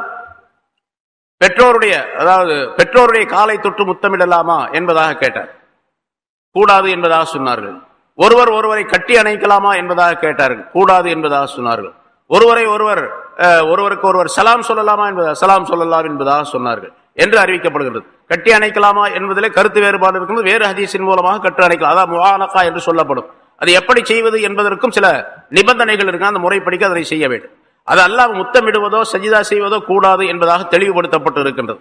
ஆக இந்த ஆயத்தின் மூலமாக யூசுப் அலைஹிஸ்ஸலாம் அவருடைய காலம் வரைக்கும் அந்த சஜிதா, அதுவும் தலீமுடைய சஜிதா தான், இபாதத்துடைய சஜிதா அல்ல, மரியாதைக்காக வேண்டி செய்யப்படக்கூடிய அந்த சஜிதா அனுமதிக்கப்பட்டிருந்தது. அதற்கு பிறகு அது முழுமையாக தடை செய்யப்பட்டு விட்டது. ஏராளமான விஷயங்கள் ஆதாரங்களோடு உலமாக்கள் எழுதி வைத்திருக்கின்றார்கள். ஆகவே சுருக்கமாக இதை நாம் விளங்க வேண்டும். இங்கே யூசுப் அலைஹிஸ்ஸலாம் அவர்களுக்கு மரியாதை செய்யும் நிமித்தமாக அவருடைய பெற்றோரும் சகோதரர்களும் சஜிதா செய்தார்கள். வஹர்ரு லஹு சுஜ்ஜதா என்று சொன்ன பிறகு, செய்த பிறகு யூசுப் அலைஹிஸ்ஸலாம் அவர்கள் சொன்னார்கள், இதுதான் நான் முன்னதாக கண்ட அந்த கனவினுடைய விளக்கம், அல்லாஹ் தஆலா இதை உண்மையாக ஆக்கி தந்து விட்டான் என்றும் யூசுப் அலைஹிஸ்ஸலாம் அவர்கள் சொல்லிவிட்டு தங்களுக்கு அல்லாஹ் தஆலா அளித்த நியாமத்துகளை பற்றியும் சொல்லி காட்டுகின்றார்கள். இன்ஷா அல்லாஹ் அடுத்த வாரம் அது சம்பந்தமான விளக்கங்களை காண்போம். ரஃபஅ அபவைஹி அலல் அர்ஷி வஹர்ரு லஹு சுஜ்ஜதா وقال يا أبت هذا تأويل رؤياي من قبل قد جعلها ربي حقا وقد أحسن بي إذ أخرجني من السجن وجاء بكم من البدو ومن بعد أن نزغ الشيطان بيني وبين إخوتي إن ربي لطيف لما يشاء إنه هو العليم الحكيم. صدق الله العظيم. கண்ணியத்திற்குரிய பெரியோர்களே, சகோதரர்கள், அல்லாஹ் தஆலாவுடைய பேரருளால் 716வது வாரமாக தஃப்சீருடைய இந்த தொடர் பயான் ஆரம்பிக்கப்படுகிறது. சூரே யூசுப் என்ற அத்தியாயத்தின் 96 ஆயத்துகள் இதற்கு முன்னால் விளக்கம் சொல்லப்பட்டன. சஜிதாவுடைய விவரமும் சென்ற வாரம் சொல்லப்பட்டது. ஒரு மனிதன் இன்னொரு மனிதருக்கு சஜிதா செய்வது ஷிர்க் என்பதாக, ஹராம் என்பதாக ஆக்கப்பட்டு இருக்கின்றது நம்முடைய மார்க்கத்திலே. அது யூசுப் அலைஹிஸ்ஸலாமுடைய காலம் வரைக்கும், ஆதம் அலைஹிஸ்ஸலாத்திலிருந்து யூசுப் அலைஹிஸ்ஸலாமுடைய காலம் வரைக்கும் சஜிதையே தாலீம் என்று சொல்லப்படக்கூடிய மரியாதைக்காக வேண்டி செய்யப்படக்கூடிய சஜிதா ஆகுமாக்கப்பட்டிருந்தது. ஏன்னா சில விஷயங்கள் முன்னால் உள்ள நபிமார்களுக்கு ஆகுமாக்கப்பட்டிருந்தது. பிறகு காலங்கள் செல்ல செல்ல மனிதர்களுடைய பழக்க வழக்கங்கள், மனோபாவங்கள் ஆகியவற்றினுடைய மாற்றத்தை கண்டு அல்லாஹ் தஆலா பல விஷயங்களை தடை செய்திருக்கின்றான். நபி சுலைமான் அலைஹிஸ்ஸலாமுடைய காலம் வரைக்கும் சிலைகளை வைத்துக் கொள்ளலாம் அழகுக்காக வேண்டி என்ற சட்டமெல்லாம் இருந்தது. சுலைமான் அலைஹிஸ்ஸலாம் அவர்களும் கூட அவருடைய மனைவி ஒருவருடைய விருப்பத்திற்கேற்ப அவருடைய அந்த பெண்ணுடைய தந்தையுடைய சிலையை செய்து கொடுத்தார்கள்.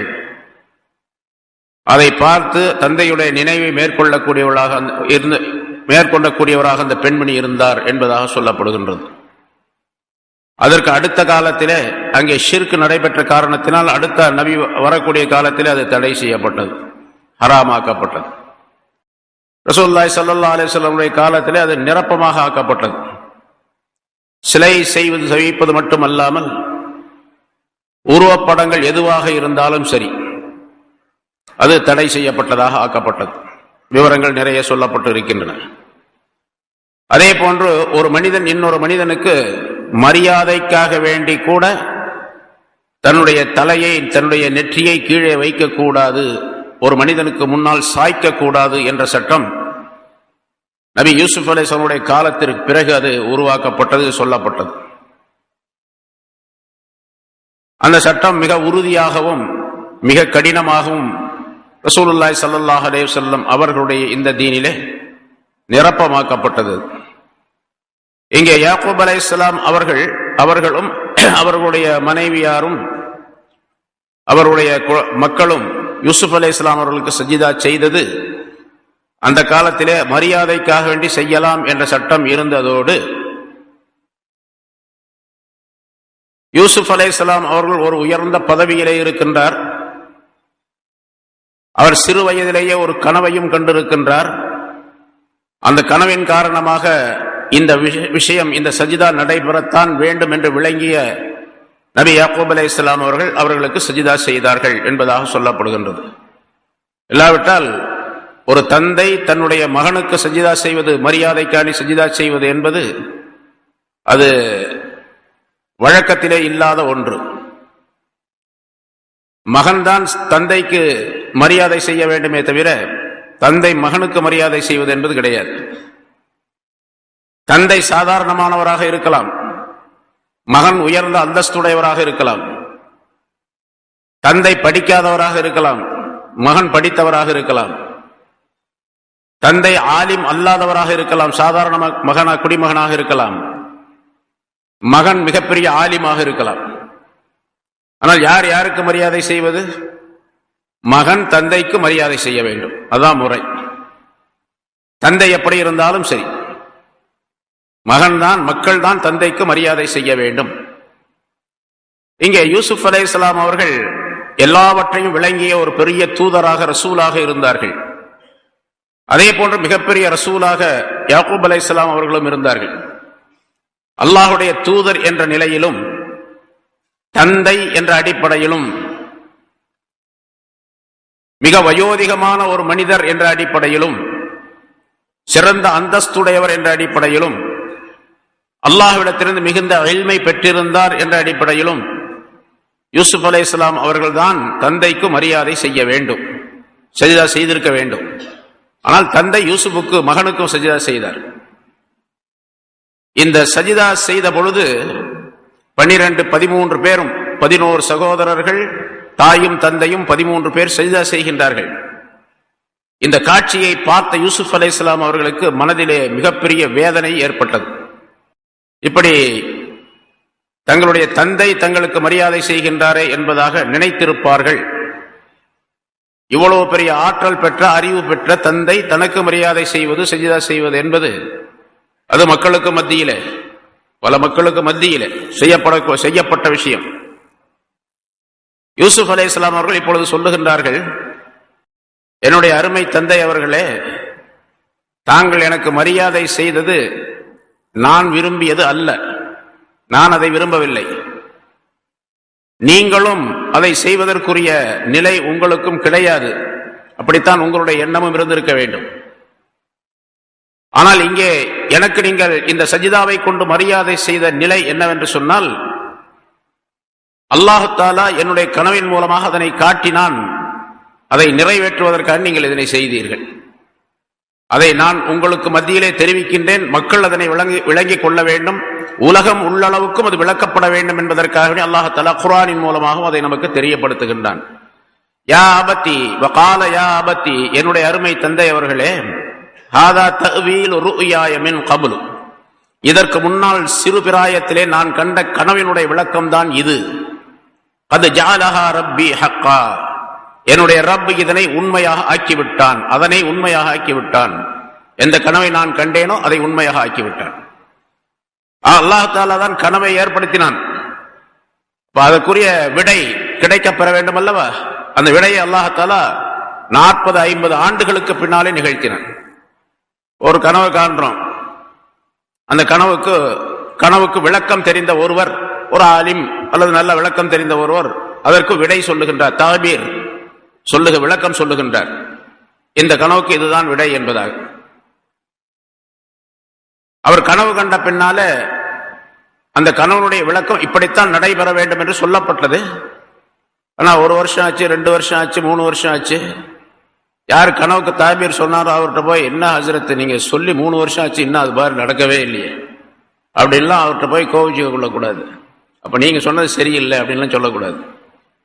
யூசுப் அலைஹிஸ்ஸலாம் அவனுடைய கனவினுடைய விளக்கம் எப்ப நடந்துச்சு? 40 வருஷத்துக்கு பின்னால. முன்னால ஒரு விஷயம் சொல்லியிருக்கிறோம். மூசா அலைஹிஸ்ஸலாம் அவர்களும் ஹாரூன் அலைஹிஸ்ஸலாம் 2 பேரும் சேர்ந்து ஃபிரௌனை அழிக்க வேண்டும் என்று துஆ கேட்டார்கள். 2 பேரும் சேர்ந்து துஆ கேட்டாங்க. ஒருத்தர் துஆ கேட்டார், இன்னொருவர் ஆமீன் சொன்னார். மூசா அலைஹிஸ்ஸலாம் துஆ கேட்டாங்க, ஹாரூன் அலைஹிஸ்ஸலாம் ஆமீன் சொன்னாங்க. அப்படி சொன்ன பின்னால துஆ கேட்ட பின்னால அல்லாஹ் தஆலா உடனே அறிவித்தான், கத் உஜீபத் தஅவத்துகுமா, உங்கள் இருவருடைய துஆவும் ஏற்றுக்கொள்ளப்பட்டது அப்படின்னு சொல்லி அல்லாஹ் தஆலா சொன்னார். துஆ கேட்ட பின்னால 40 வருஷத்துக்கு பின்னால் தான் ஃபிரௌன் கடலிலே மூழ்கடிக்கப்பட்டான். அந்த துஆவுடைய விளக்கம் கிடைத்தது. அதுபோல துஆ கேட்கிறோம், உடனடியாக நிறைவேற வேண்டும் என்ற கட்டாயம் கிடையாது. எப்பொழுது அல்லாஹ் தஆலா அதை நிறைவேற்றி வைக்க வேண்டுமோ அவனுடைய நாட்டத்திலே எப்படி இருக்கின்றதோ அப்படி நிறைவேற்றுவான், அந்த நேரத்திலே நிறைவேற்றுவான். அதுபோன்று கனவு கண்டால் அந்த கனவினுடைய விளக்கம் உடனடியாக தெரியப்படுத்தப்பட வேண்டும். அடுத்த நாள், அடுத்த மாசம், அடுத்த வருஷம் அப்படின்னு அர்த்தம் இல்லை. எப்பொழுது அல்லாஹ் தஆலா விரும்புகின்றானோ, அதை ஏற்பாடு செய்திருக்கின்றானோ அந்த நேரத்திலே அது நிகழும் என்பதை அந்த வாசகம் சொல்லி, கத் ஜஅலஹா ரப்பி ஹக்கா, யூசுப் அலைஹிஸ்ஸலாம் சொல்றாங்க, 40 வருஷத்துக்கு பின்னால சொல்றாங்க, அதனை என்னுடைய ரப் எனக்கு உண்மையாக்கி வைத்து விட்டான் என்பதாக. வகத் அஹ்ஸன பி இத் அக்ரஜனி மினஸ் சிஜ்னி. இந்த வாசகத்தை சொல்லுவதன் மூலமாக நீங்கள் எல்லாம் எனக்கு சஜிதா செய்ததை நான் விரும்பவில்லை, நான் மனதார விரும்பவில்லை. ஆனால் அல்லாஹ் தஆலா இப்படி ஒரு ஏற்பாடு நடைபெற வேண்டும் என்று அவன் நாட்டத்திலே இருந்தது, அதை கனவின் மூலமாக எனக்கு காட்டினான். அதனால் அல்லாஹ் தஆலா அந்த கனவினுடைய விளக்கத்தை இப்பொழுது உங்களின் மூலமாக ஏற்படுத்தினான்.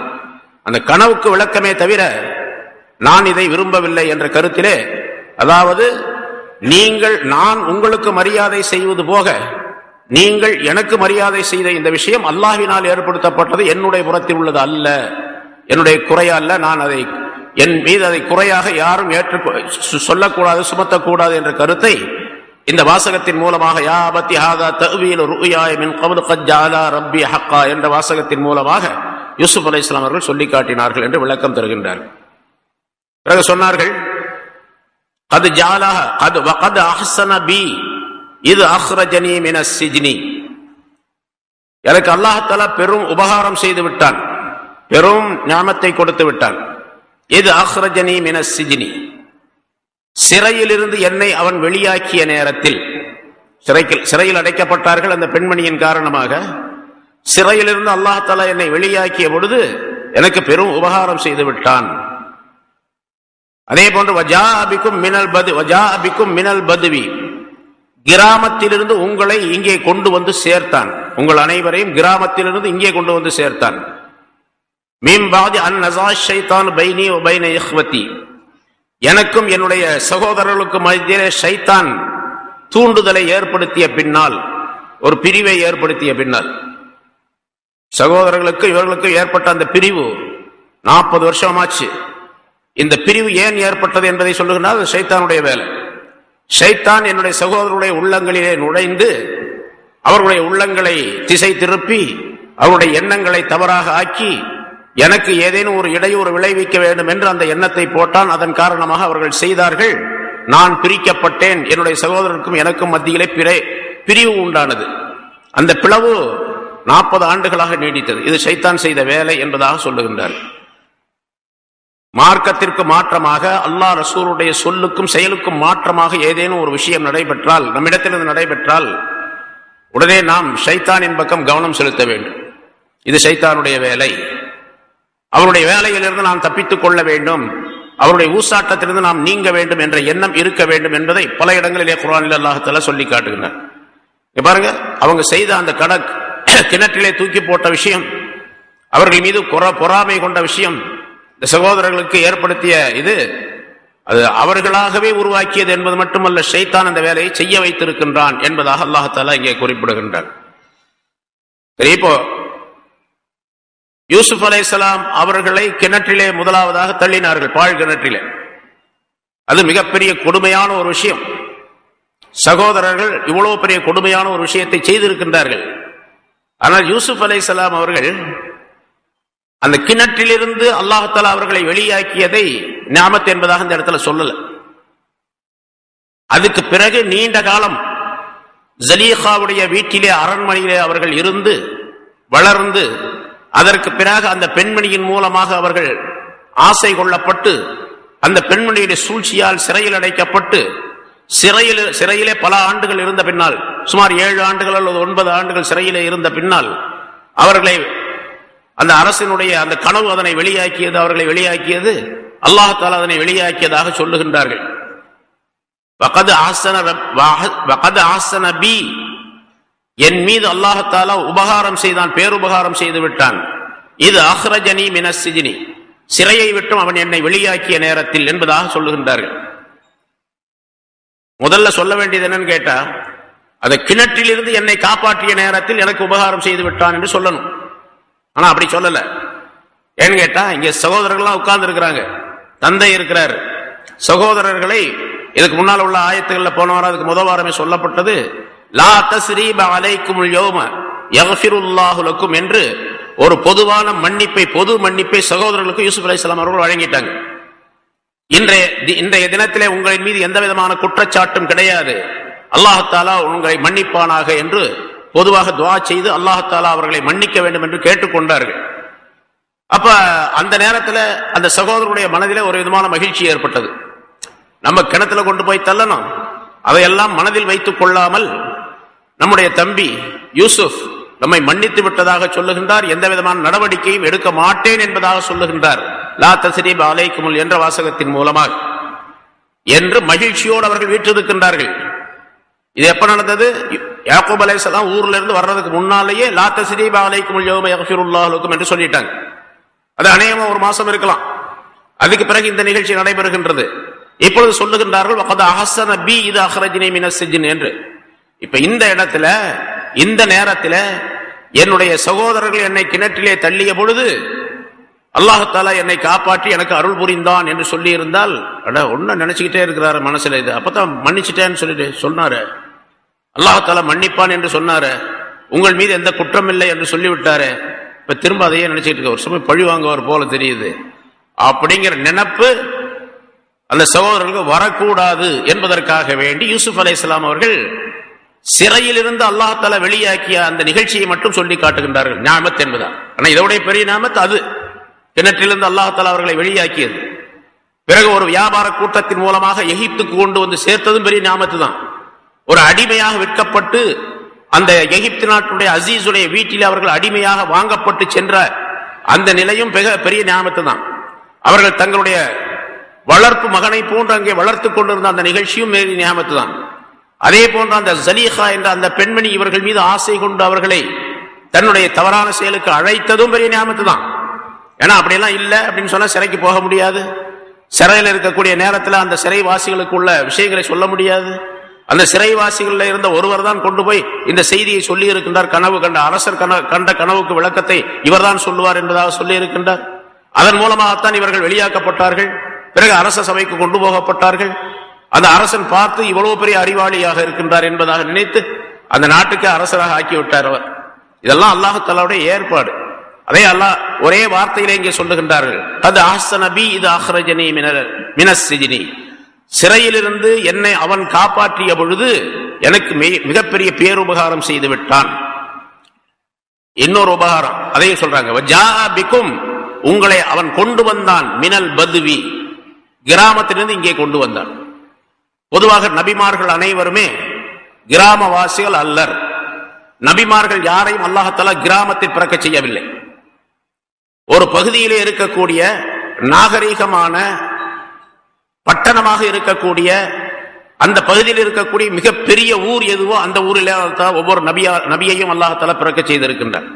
எந்த நபியையும் கிராமப்புறத்து மனிதராக நபியை ஆக்கவே, எந்த நபியும் அல்லாஹ் தஆலா ஆக்க கிடையாது. ஏன்னா கிராமப்புறத்திலே இருக்கக்கூடியவர்கள் பட்டணத்தில் இருக்கக்கூடியவர்களை போன்று ஆக முடியாது. அதனால்தான் இந்த ஆயத்தின் மூலமாக இன்னொரு விளக்கம் சொல்லப்படுகின்றது.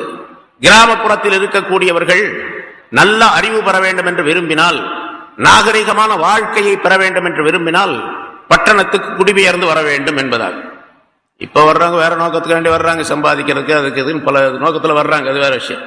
ஆனா நோக்கம் எப்படி இருக்குன்னு கேட்டா, நாகரிகத்தை கற்றுக்கொள்ள வேண்டும், அறிவை வளர்த்துக் கொள்ள வேண்டும், ஒழுக்கத்தை வளர்த்துக் கொள்ள வேண்டும், பரந்த அறிவை, உலகத்தினுடைய பரந்த அறிவை வளர்த்துக் கொள்ள வேண்டும் என்ற நோக்கத்திற்காக வேண்டி கிராமங்களிலிருந்து பட்டணத்திற்கு வர வேண்டும் என்பதையும் அல்லாஹ் தஆலா இங்கே தெரிவிக்கின்றான். யாக்கூப் அலைஹிஸ்ஸலாம் அவர்களும் அவருடைய குடும்பத்தினரும் ஒரு கிராமத்திலே இருந்தார்கள், கண்ணான் என்ற அந்த கிராமத்திலே இருந்தார்கள். அவர்களை அல்லாஹ் தஆலா இந்த ஊருக்கு கொண்டு, மிஸ்ருக்கு கொண்டு, எகிப்துக்கு கொண்டு வந்தான். அதை ஒரு பெரிய ஞாபகத்தாக சொல்லி காட்டுகின்றார்கள். கத் அஹ்ஸன பி, எனக்கு அல்லாஹ் தஆலா பேருபகாரம் செய்து விட்டான். ஜாஅ பிக்கும் மினல் பத்வி, உங்களை கிராமத்திலிருந்து இங்கே கொண்டு வந்த நேரத்தில் என்றும் சொல்லுகின்றார். மின் பாதி அன் நஸா ஷைத்தான் பைனி வ பைன இஹ்வதி, எனக்கும் என்னுடைய சகோதரருக்கு மத்தியிலே ஷைத்தான் ஒரு பிளவை ஏற்படுத்திய பின்னால் இந்த நிகழ்ச்சி, இந்த பேருபகாரம் நடந்திருக்கின்றது என்பதாக குறிப்பிடுகின்றார். இன்ன ரப்பி லத்தீஃபுல் லிமா யஷா, நிச்சயமாக என்னுடைய ரப் தான் நாடியதை செய்கின்ற ஆற்றல் உடையவனாக அவன் இருக்கின்றான். லத்தீஃப் என்பதற்கு உள்ளன்பு உடையவன் என்று அசல் அர்த்தம். முன்னால ஒரு ஆயத்தில் விளக்கம் சொல்லப்பட்டு இருக்கின்றது. லத்தீஃப் என்று வந்து, லத்தீஃப்னா ரொம்ப ஆழிய அன்புடையவன் அப்படின்னு அர்த்தம். ஆனா எல்லா இடங்களிலும் அந்த மாதிரி அர்த்தம் வராது. ஒரு வார்த்தைக்கு அந்த ஆயத்துக்கு அந்த இடத்துல என்ன தோதுவான விளக்கம் வருமோ அந்த விளக்கம் சொல்லப்பட வேண்டும், அந்த அர்த்தம் சொல்லப்பட வேண்டும். இந்த இடத்துல இன்ன ரப்பி லத்தீஃபுன் லிமா யஷா, பின்னால லிமா யஷா அவன் நாடியதை என்று வருகின்ற காரணத்தினால், அப்ப லத்தீஃப் என்பதற்கு தான் நாடியதை நிர்வாகம் செய்யக்கூடியவன் என்று அர்த்தம் வரும். லத்தீஃபுன் லிமா யஷா, தான் நாடியதை தான் நாடிய அந்த நிர்வாகத்தை நடைபெற செய்யக்கூடியவன் என்பதாக அர்த்தம் செய்ய வேண்டும். அதாவது தான் எதை நாடுகின்றானோ அதற்குரிய காரண காரியத்தை வெளிப்படையாக ஏற்படுத்தி அவன் நாடியதை கடைசியாக நிறைவேற்றி வைப்பான். அல்லாஹ் தஆலாவுடைய நாட்டை யூசுப் அலைஹிஸ்ஸலாம் அவர்கள் பிறந்த உடனேயே அவங்களை நபியாக ஆக்கணுங்கிறதுக்காண்டி அல்லாஹ் தஆலா பிறக்க வச்சான். ஏன்னா நபிமார்கள் எல்லாம் ஆலமுல் அர்வாஹிலேயே நபிகளாக ஆக்கப்பட்டவர்கள். பிறந்த பின்னால் நபியாக ஆக்கல எந்த நபியும். ஆலமுல் அர்வாஹிலேயே மனிதர்கள் தோற்றுவிக்கப்படுவதற்கு முன்னதாக அணுக்களாக, உயிர் அணுக்களாக இருக்கக்கூடிய நேரத்திலேயே இன்னென்னார் நபி என்பதாக அல்லாஹ் தஆலா தீர்ப்பளித்து விட்டான். அது ஆதம் அலைஹிஸ்ஸலாம் அவருடைய விஷயத்தில் முன்னால் சொல்லப்பட்டு இருக்கின்றது. எல்லாரையும் அல்லாஹ் தஆலா தீர்ப்பளித்து விட்டான். இவர் நபி, இவர் ரசூல், இவர் வேதம் பெறக்கூடியவர், வேதம் பெறாதவர் என்றெல்லாம் அல்லாஹ் தஆலா அவர்களுக்கு ஒரு முறையை ஏற்படுத்தி தீர்ப்பளித்து விட்டான். உலகத்திற்கு வந்த பின்னால் அதை நடைபெற செய்கின்றான். யூசுப் அலைஹிஸ்ஸலாம் அவர்கள் பிறந்த நேரத்திலேயே, அவர்கள் உயிரணுவாக இருந்த நேரத்திலேயே அவர்கள் நபியாக ஆக்கப்படுவார்கள், ரசூலாக ஆக்கப்படுவார்கள். அவர்களுக்கு இன்னென்ன நிகழ்ச்சிகள் நடைபெறும். அந்த நிகழ்ச்சிகளுக்கு பின்னால் அவர் எகிப்து நாட்டுடைய அரசராக, மிகப்பெரிய அரசராக வீற்றிருப்பார், ஆட்சி செய்வார் என்ற விதியையும் அல்லாஹ் தஆலா ஏற்படுத்தி வைத்திருந்தான்.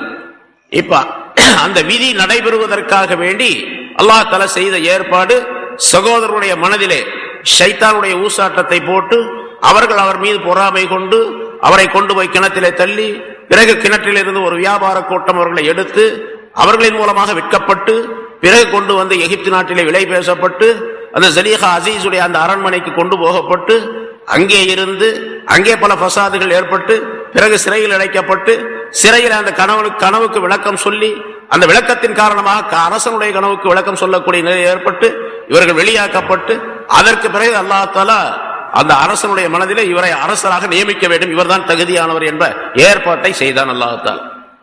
ஆக யூசுப் அலைஹிஸ்ஸலாம் அவருடைய கடைசி நிலை என்னவென்று சொன்னால், எகிப்து நாட்டுடைய மிகப்பெரிய ஆட்சியாளராக அவர் இருக்க வேண்டும் என்பது அல்லாஹ் தஆலாவுடைய நோக்கம். அதை நிறைவேற்றியது. அதான் அல்லாஹ் இங்கே சொல்லுகின்றான். அல்லாஹ் தஆலா என்ன ரப்பி, யூசுப் அலைஹிஸ்ஸலாம் அவர்கள் சொல்லுவதாக சொல்லுகின்றார்கள்.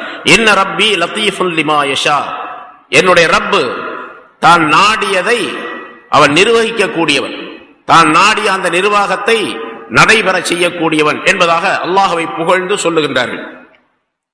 இன்னஹு ஹுவல் ஹக்கீமுல் அலீம், நிச்சயமாக அவன், என்னுடைய ரப் இருக்கின்றானே அவன், அல் அலீம், அடியார்களுக்கு எது நன்மையோ அதை அறிந்தவனாக இருக்கின்றான்.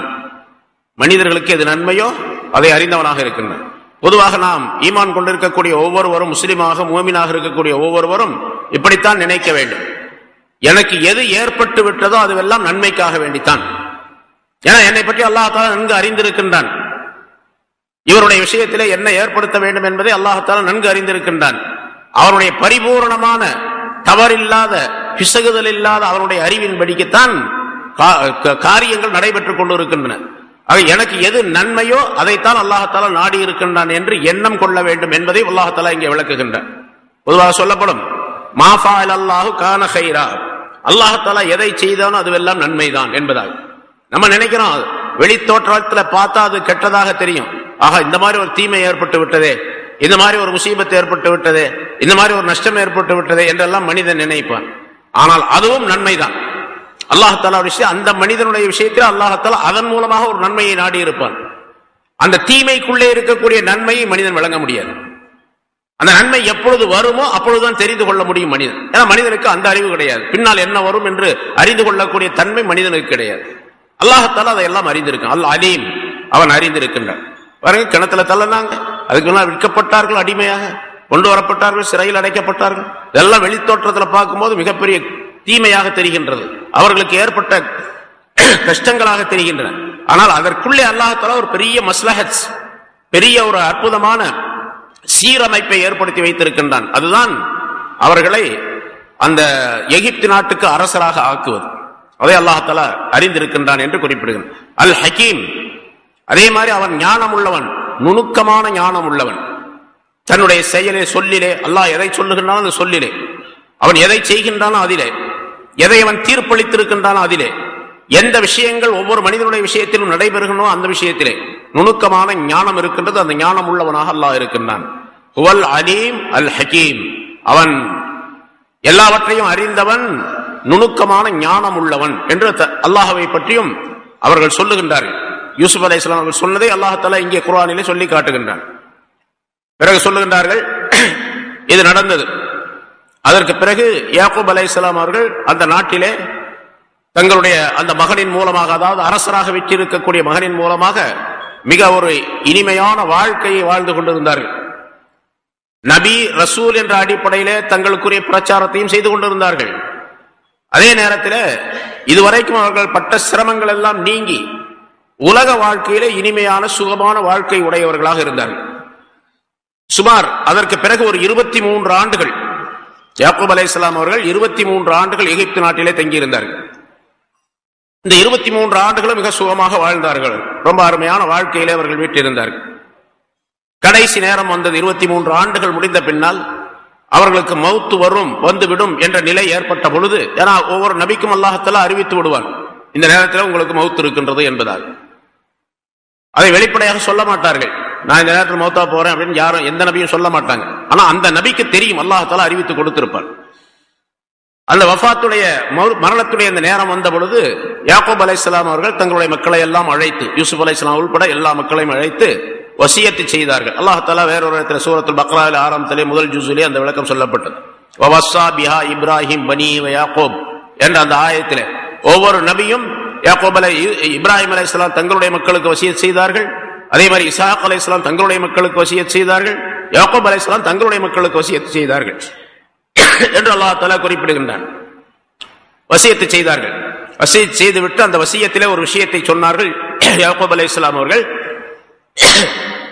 என்னுடைய மூதாதையர்கள் எல்லாம், அதாவது இப்ராஹிம், என்னுடைய பாட்டனார் இப்ராஹிம் அவர்களும் என்னுடைய தந்தை இஸ்ஹாக் அலைஹிஸ்ஸலாம் அவர்களும் ஷாம் நகரத்திலே பைத்துல் முகத்தஸுடைய பகுதியிலே அவர்கள் அடக்கம் செய்யப்பட்டிருக்கின்றார்கள். அவர்கள் எல்லாம் இறந்து அங்கே அடக்கம் செய்யப்பட்டிருக்கின்றார்கள்.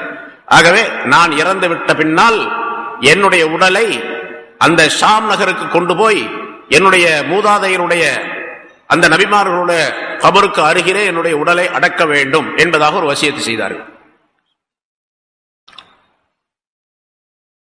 அதன்படி அவர்கள் இறந்த பின்னால யூசுப் அலைஹிஸ்ஸலாம் அவர்கள் அதற்குரிய ஏற்பாட்டை செய்தார்கள். எகிப்திலிருந்து ஷாம் நகருக்கு வர வேண்டும் என்று சொன்னால் செங்கடலை கடந்து இந்த பக்கம் வரணும். எகிப்திலிருந்து கிழக்கு பகுதியிலே, தென்கிழக்கு பகுதியிலே ஷாம் நகர் இருக்கின்றது, அங்கே வர வேண்டும். அப்போ அந்த காலத்துல இப்ப இந்த சூயஸ் கால்வாயெல்லாம் மத்திய தரைக்கடலோடு சேர்ந்து வெட்டப்பட்டிருக்கவங்க அதெல்லாம் அந்த காலத்துல கிடையாது. இப்போ 200 வருஷம் தான் ஆச்சு, 100 வருஷம் ஆச்சு அது வெட்டப்பட்டு. கடல் கடந்து வர வேண்டும். அதற்குரிய ஏற்பாடுகளை எல்லாம் செய்தார்கள் யூசுப் அலைஹிஸ்ஸலாம் அவர்கள். தங்களுடைய தந்தையை ஒரு அழகான ஒரு இந்த கல்லினால் ஆக்கப்பட்ட பெட்டி செய்து அதில் அவருடைய ஜனாசாவை வைத்து அவருடைய மக்கள் அவருடைய குடும்பத்தினர் எல்லாமே சிறு குழந்தைகளை தவிர மற்றவர்களை எல்லாரும் அழைத்துக் கொண்டு, அதே போன்ற அரசாங்கத்தினுடைய பணியாளர்கள் பல நூற்றுக்கணக்கான அவர்களை அழைத்துக் கொண்டு அவர்களுடைய ஜனாசாவை எடுத்துக்கொண்டு வந்து இங்கே ஷாம் நகரிலே அடக்கம் செய்தார்கள். ஹஜ்ரத் யூசுப் அலைஹிஸ்ஸலாம் அவர்கள் தங்களுடைய மூதாதையர்களுக்கு அந்த அதாவது இப்ராஹிம் அலைஹிஸ்ஸலாம் இஸ்ஹாக் அலைஹிஸ்ஸலாம் அடக்கப்பட்டிருக்கக்கூடிய அந்த இடத்திலே அங்கே அடக்கம் செய்தார்கள் என்பதாக வரலாற்றிலே சொல்லப்படுகின்றது. அதற்கு பிறகு யூசுப் அலைஹிஸ்ஸலாம் அவர்கள் அடக்கம் செய்துவிட்டு திரும்ப எகிப்துக்கு வந்து விட்டார்கள். வந்து பின்னால இந்த சகோதரர்களுக்கு ஒரு விதமான மனக்கலக்கம் ஏற்பட்டு விட்டது. தங்களுடைய தந்தை இறந்த பின்னால் தந்தையின் காரணமாக, தந்தையுடைய ஒரு பாசத்தின் காரணமாக நம் மீது யூசுப் பாசம் கொண்டிருந்தார். இப்பொழுது தந்தை இறந்து விட்ட பின்னாலே நமக்கு ஏதாவது இடையூறு தீங்குகள் செய்யக்கூடிய சூழ்நிலை ஏற்படலாம் என்பதாக இந்த சகோதரர்கள் எல்லாம் நினைத்தார்கள். அது சம்பந்தமாக பேசிக்கிறாங்களே இல்ல, அது பேசிக்குவாங்க. அத யூசுப் அலைஹிஸ்ஸலாம் அவர்கள் அதை அறிந்து கொண்டார்கள். தங்களுடைய சகோதரர்கள் அவர்கள் செய்த அந்த தீமைக்காக வேண்டி, தங்களுக்கு செய்த அந்த இடையூறுக்காக வேண்டி தங்களின் மீது ஏதாவது பழி வாங்கக்கூடிய சூழ்நிலை ஏற்படும் என்ற ஒரு நிலை அவர்களுடைய நடவடிக்கைகளிலிருந்து தெரிந்தது. யூசுப் அலைஹிஸ்ஸலாம் அவர்கள் இதை கண்டு கொண்டார்கள். எல்லாத்தையும் கூப்பிட்டாங்க, சகோதரர்களை எல்லாம் கூப்பிட்டு சொன்னாங்க, லா தகாஃபு, நீங்கள் எல்லாம் பயப்பட வேண்டாம், நான் உங்களை ஏதாச்சும் செஞ்சிடுவேன் அப்படின்னு சொல்லி நீங்க பயப்பட வேண்டாம். ஆரம்பத்திலே உங்களுக்கு பொது மன்னிப்பு நான் அளித்திருக்கின்றேன். லா தஸ்ரீப அலைக்குமுல் யௌம் என்ற வாசகத்தின் மூலம் உங்களுக்கு சொல்லி இருக்கிறேன். அதனால நீங்க யாரும் பயப்பட வேண்டாம். ஏன்னு கேட்டா, இன்னி அகாஃபுல்லா, நான் அல்லாஹ்வை பயப்படுகின்றேன். அதனால் நான் உங்களுக்கு செய்து கொடுத்த அந்த வாக்குறுதியை கட்டாயமாக நிறைவேற்றுவேன். உங்களின் மீது எந்த விதமான நடவடிக்கையும் எடுக்க மாட்டேன். நிம்மதியாக சுகமாக நீங்கள் வாழலாம், இந்த நாட்டிலே எல்லா விதமான சுகமும் பெற்று வாழக்கூடிய நிலையை உங்களுக்கு ஏற்படுத்தி தருகின்றேன் என்று யூசுப் அலைஹிஸ்ஸலாம் அவர்கள் தங்களுடைய சகோதரருக்கு ஆறுதலாகவும் நம்பிக்கை வரும் அளவுக்கும் சொன்னார்கள். அதன் காரணமாக அவர்களுடைய உள்ளத்திலே ஒரு விதமான நம்பிக்கை ஏற்பட்டது. யூசுப் அலைஹிஸ்ஸலாம் அவர்களோடு சேர்ந்து அவர்கள் எகிப்து நாட்டிலே மிக சுகமாக வாழ்ந்து வந்தார்கள் சகோதரர்கள். அதற்கு பிறகு யூசுப் அலைஹிஸ்ஸலாம் அவர்கள், இப்ப யூசுப் அலைஹிஸ்ஸலாத்துக்கு எவ்வளவு வயசு அப்படின்னு கேட்டா ஒரு 60 அல்லது 70 வயசு இருக்கலாம் அந்த நேரம். அதற்கு பிறகு யூசுப் அலைஹிஸ்ஸலாம் அவர்களுக்கு 120வது வயசுல அவர்கள் இறந்தார்கள். அந்த நேரத்தில் அவருடைய சகோதரர்கள் எல்லாம் இருக்கிறாங்க, எல்லாமே இருக்கிறாங்க. இந்த சகோதரர்கள் எல்லாம் எல்லாருமே திருமணம் செய்திருக்கின்றார்கள். யூசுப் அலைஹிஸ்ஸலாம் அவர்களும் அந்த நேரத்தில் திருமணம் செய்து கொண்டார்கள். முன்னால ஒரு குறிப்பு சொல்லப்பட்டிருக்கின்றது. அதாவது இந்த ஜலீஹா என்ற அந்த பெண்மணி யூசுப் அலைஹிஸ்ஸலாம் அவர்கள் மீது காதல் கொண்டு அதன் காரணமாக ஏற்பட்ட பிரச்சனை மிகப்பெரியது. அந்த நாட்டிலே ஒரு மிகப்பெரிய குழப்பத்தை ஏற்படுத்தி விட்டது. ஆனால் அதையெல்லாம் யூசுப் அலைஹிஸ்ஸலாம் அவர்கள் ஆட்சியாளராக இருந்து அந்த ஆட்சி செய்த முறையை கவனித்து மக்கள் எல்லாம் இவர் மிகப்பெரிய ஞானம் பெற்றவர் என்பதாக விளங்கி நபி என்பதாக ஒப்புக்கொண்டு இஸ்லாத்திலே சேர்ந்தவர்கள் ஏராளமாக இருக்கின்றார்கள். இந்த ஜலீஹாவுடைய விஷயம் என்ன ஆச்சு அப்படிங்கறத பத்தி மக்கள் எல்லாம் மறந்துட்டாங்க சுத்தமா. இந்த பஞ்ச காலம் வந்துச்சு பாருங்க, அந்த பஞ்சத்திலே ஜலீஹாவும் பஞ்சத்தால் பீடிக்கப்பட்டார். அவருக்கும் பல விதமான வறுமை நிலை ஏற்பட்டது. அவருடைய கணவர் அந்த அசீஸ் என்பவர், கித்ஃபீர் என்பவர் இறந்துட்டார். அதுக்கு பின்னால் அவருக்கு ஆட்சியும் போயிடுச்சு, அவருடைய அரண்மனையும் போச்சு. எல்லா விதமான சூழ்நிலையிலும் போய் மிகச் சிரமப்பட்டு வாழக்கூடிய சூழ்நிலை அந்த பெண்மணிக்கு ஏற்பட்டது. கடைசியாக ஒரு குடிசையை போட்டு அந்த குடிசையிலே வாழக்கூடிய நிலை. அந்த குடிசை எங்கே போட்டிருந்தார்கள் என்று சொன்னால், யூசுப் அலைஹிஸ்ஸலாம் அவர்கள் தினந்தோறும் நகர் வலம் வருவார்கள்.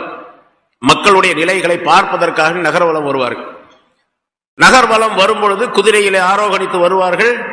நிறைய அவர்களுக்கு பின்னால் முன்னாலும் படைகள் இருக்கும், வீரர்கள் போவார்கள். ரொம்ப பெரிய தப்தபாவுடன் அவர்களுடைய அந்த நகர் வலம் இருந்து கொண்டிருக்கும். இந்த ஜலீஹா என்ற இந்த பெண்மணி அப்படி நகர்வலம் வரக்கூடிய அந்த தெருவினுடைய ஒரு ஓரத்திலே ஒரு குடிசையை போட்டு அந்த குடிசையில் இருந்து யூசுப் அலைஹிஸ்ஸலாம் அவர்களை கண்காணித்துக் கொண்டிருப்பார்கள், பார்த்து கொண்டிருப்பார்கள். ஒவ்வொரு நாளும் சொல்லுவாராம், அல்லாஹ் தஆலா பாவம் செய்ததின் காரணமாக, குற்றம் செய்ததின் காரணமாக அரசர்களை எல்லாம் அடிமையாக்கி விட்டான். நன்மைகள் செய்ததின் காரணமாக, அல்லாஹ்வுக்கு வழிபட்டு நடந்ததின் காரணமாக அடிமைகளை எல்லாம் அரசராக்கி விட்டான் என்பதாக சொல்லிக் கொண்டிருப்பார்கள். யூசுப் அலைஹிஸ்ஸலாம் அடிமையா இருந்தாங்க, அவர் பெரிய அரசர் ஆயிட்டார். இந்த பெண் பெரிய அரச பதவி உடையவளாக இருந்தாள். ஆனா இப்ப என்னாச்சு, அடிமையை போல் வாழக்கூடிய சூழ்நிலை ஏற்பட்டது. அதை சொல்லி காட்டிக் கொண்டிருப்பார் என்பதாக குறிப்பிடுகின்றார்கள். இப்ப யூசுப் அலைஹிஸ்ஸலாம் அவர்கள் வருவதை போவதை பார்த்து ஒரு நாள் சரி அவரிடத்தில் கேட்டுவிட வேண்டும் என்பதாக சொல்லி யூசுப் அலைஹிஸ்ஸலாம் அவர்கள் பவனி போகும் பொழுது வரும் பொழுது அந்த குடிசையிலிருந்து வெளியே வந்து, இப்ப இவ்வளவுக்கு வயசாகி கிழவியுடைய தோற்றத்திலே இருக்கின்றார், கிழத்தோற்றத்திலே இருக்கின்றார், வயோதிகமான தோற்றம் ஜலீஹாவுக்கு. சப்தம் போட்டு யூசுஃபே அப்படின்னு கூப்பிட்டார். யூசுப் அலைஹிஸ்ஸலாம் அவர்கள் சரி யாரோ ஒரு வயோதிகமான பெண்மணி ஏதோ தேவை போல இருக்கின்றது என்பதாக சொல்லி தன்னுடைய சேவரிடத்தில் சொல்லி அவங்க என்ன வேணும்னு கேளுங்க போய். ஒரு ஆள் வந்தார், உனக்கு என்ன வேணும்? அரசர் கேட்டு வர சொல்ல, அவருக்கு என்ன வேணும்? எனக்கு யூசுப் வேணும் அப்படின்னு சொல்லு. யூசுப் வேணும். அப்படியா, அந்த பெண்மணி வர சொல்லு.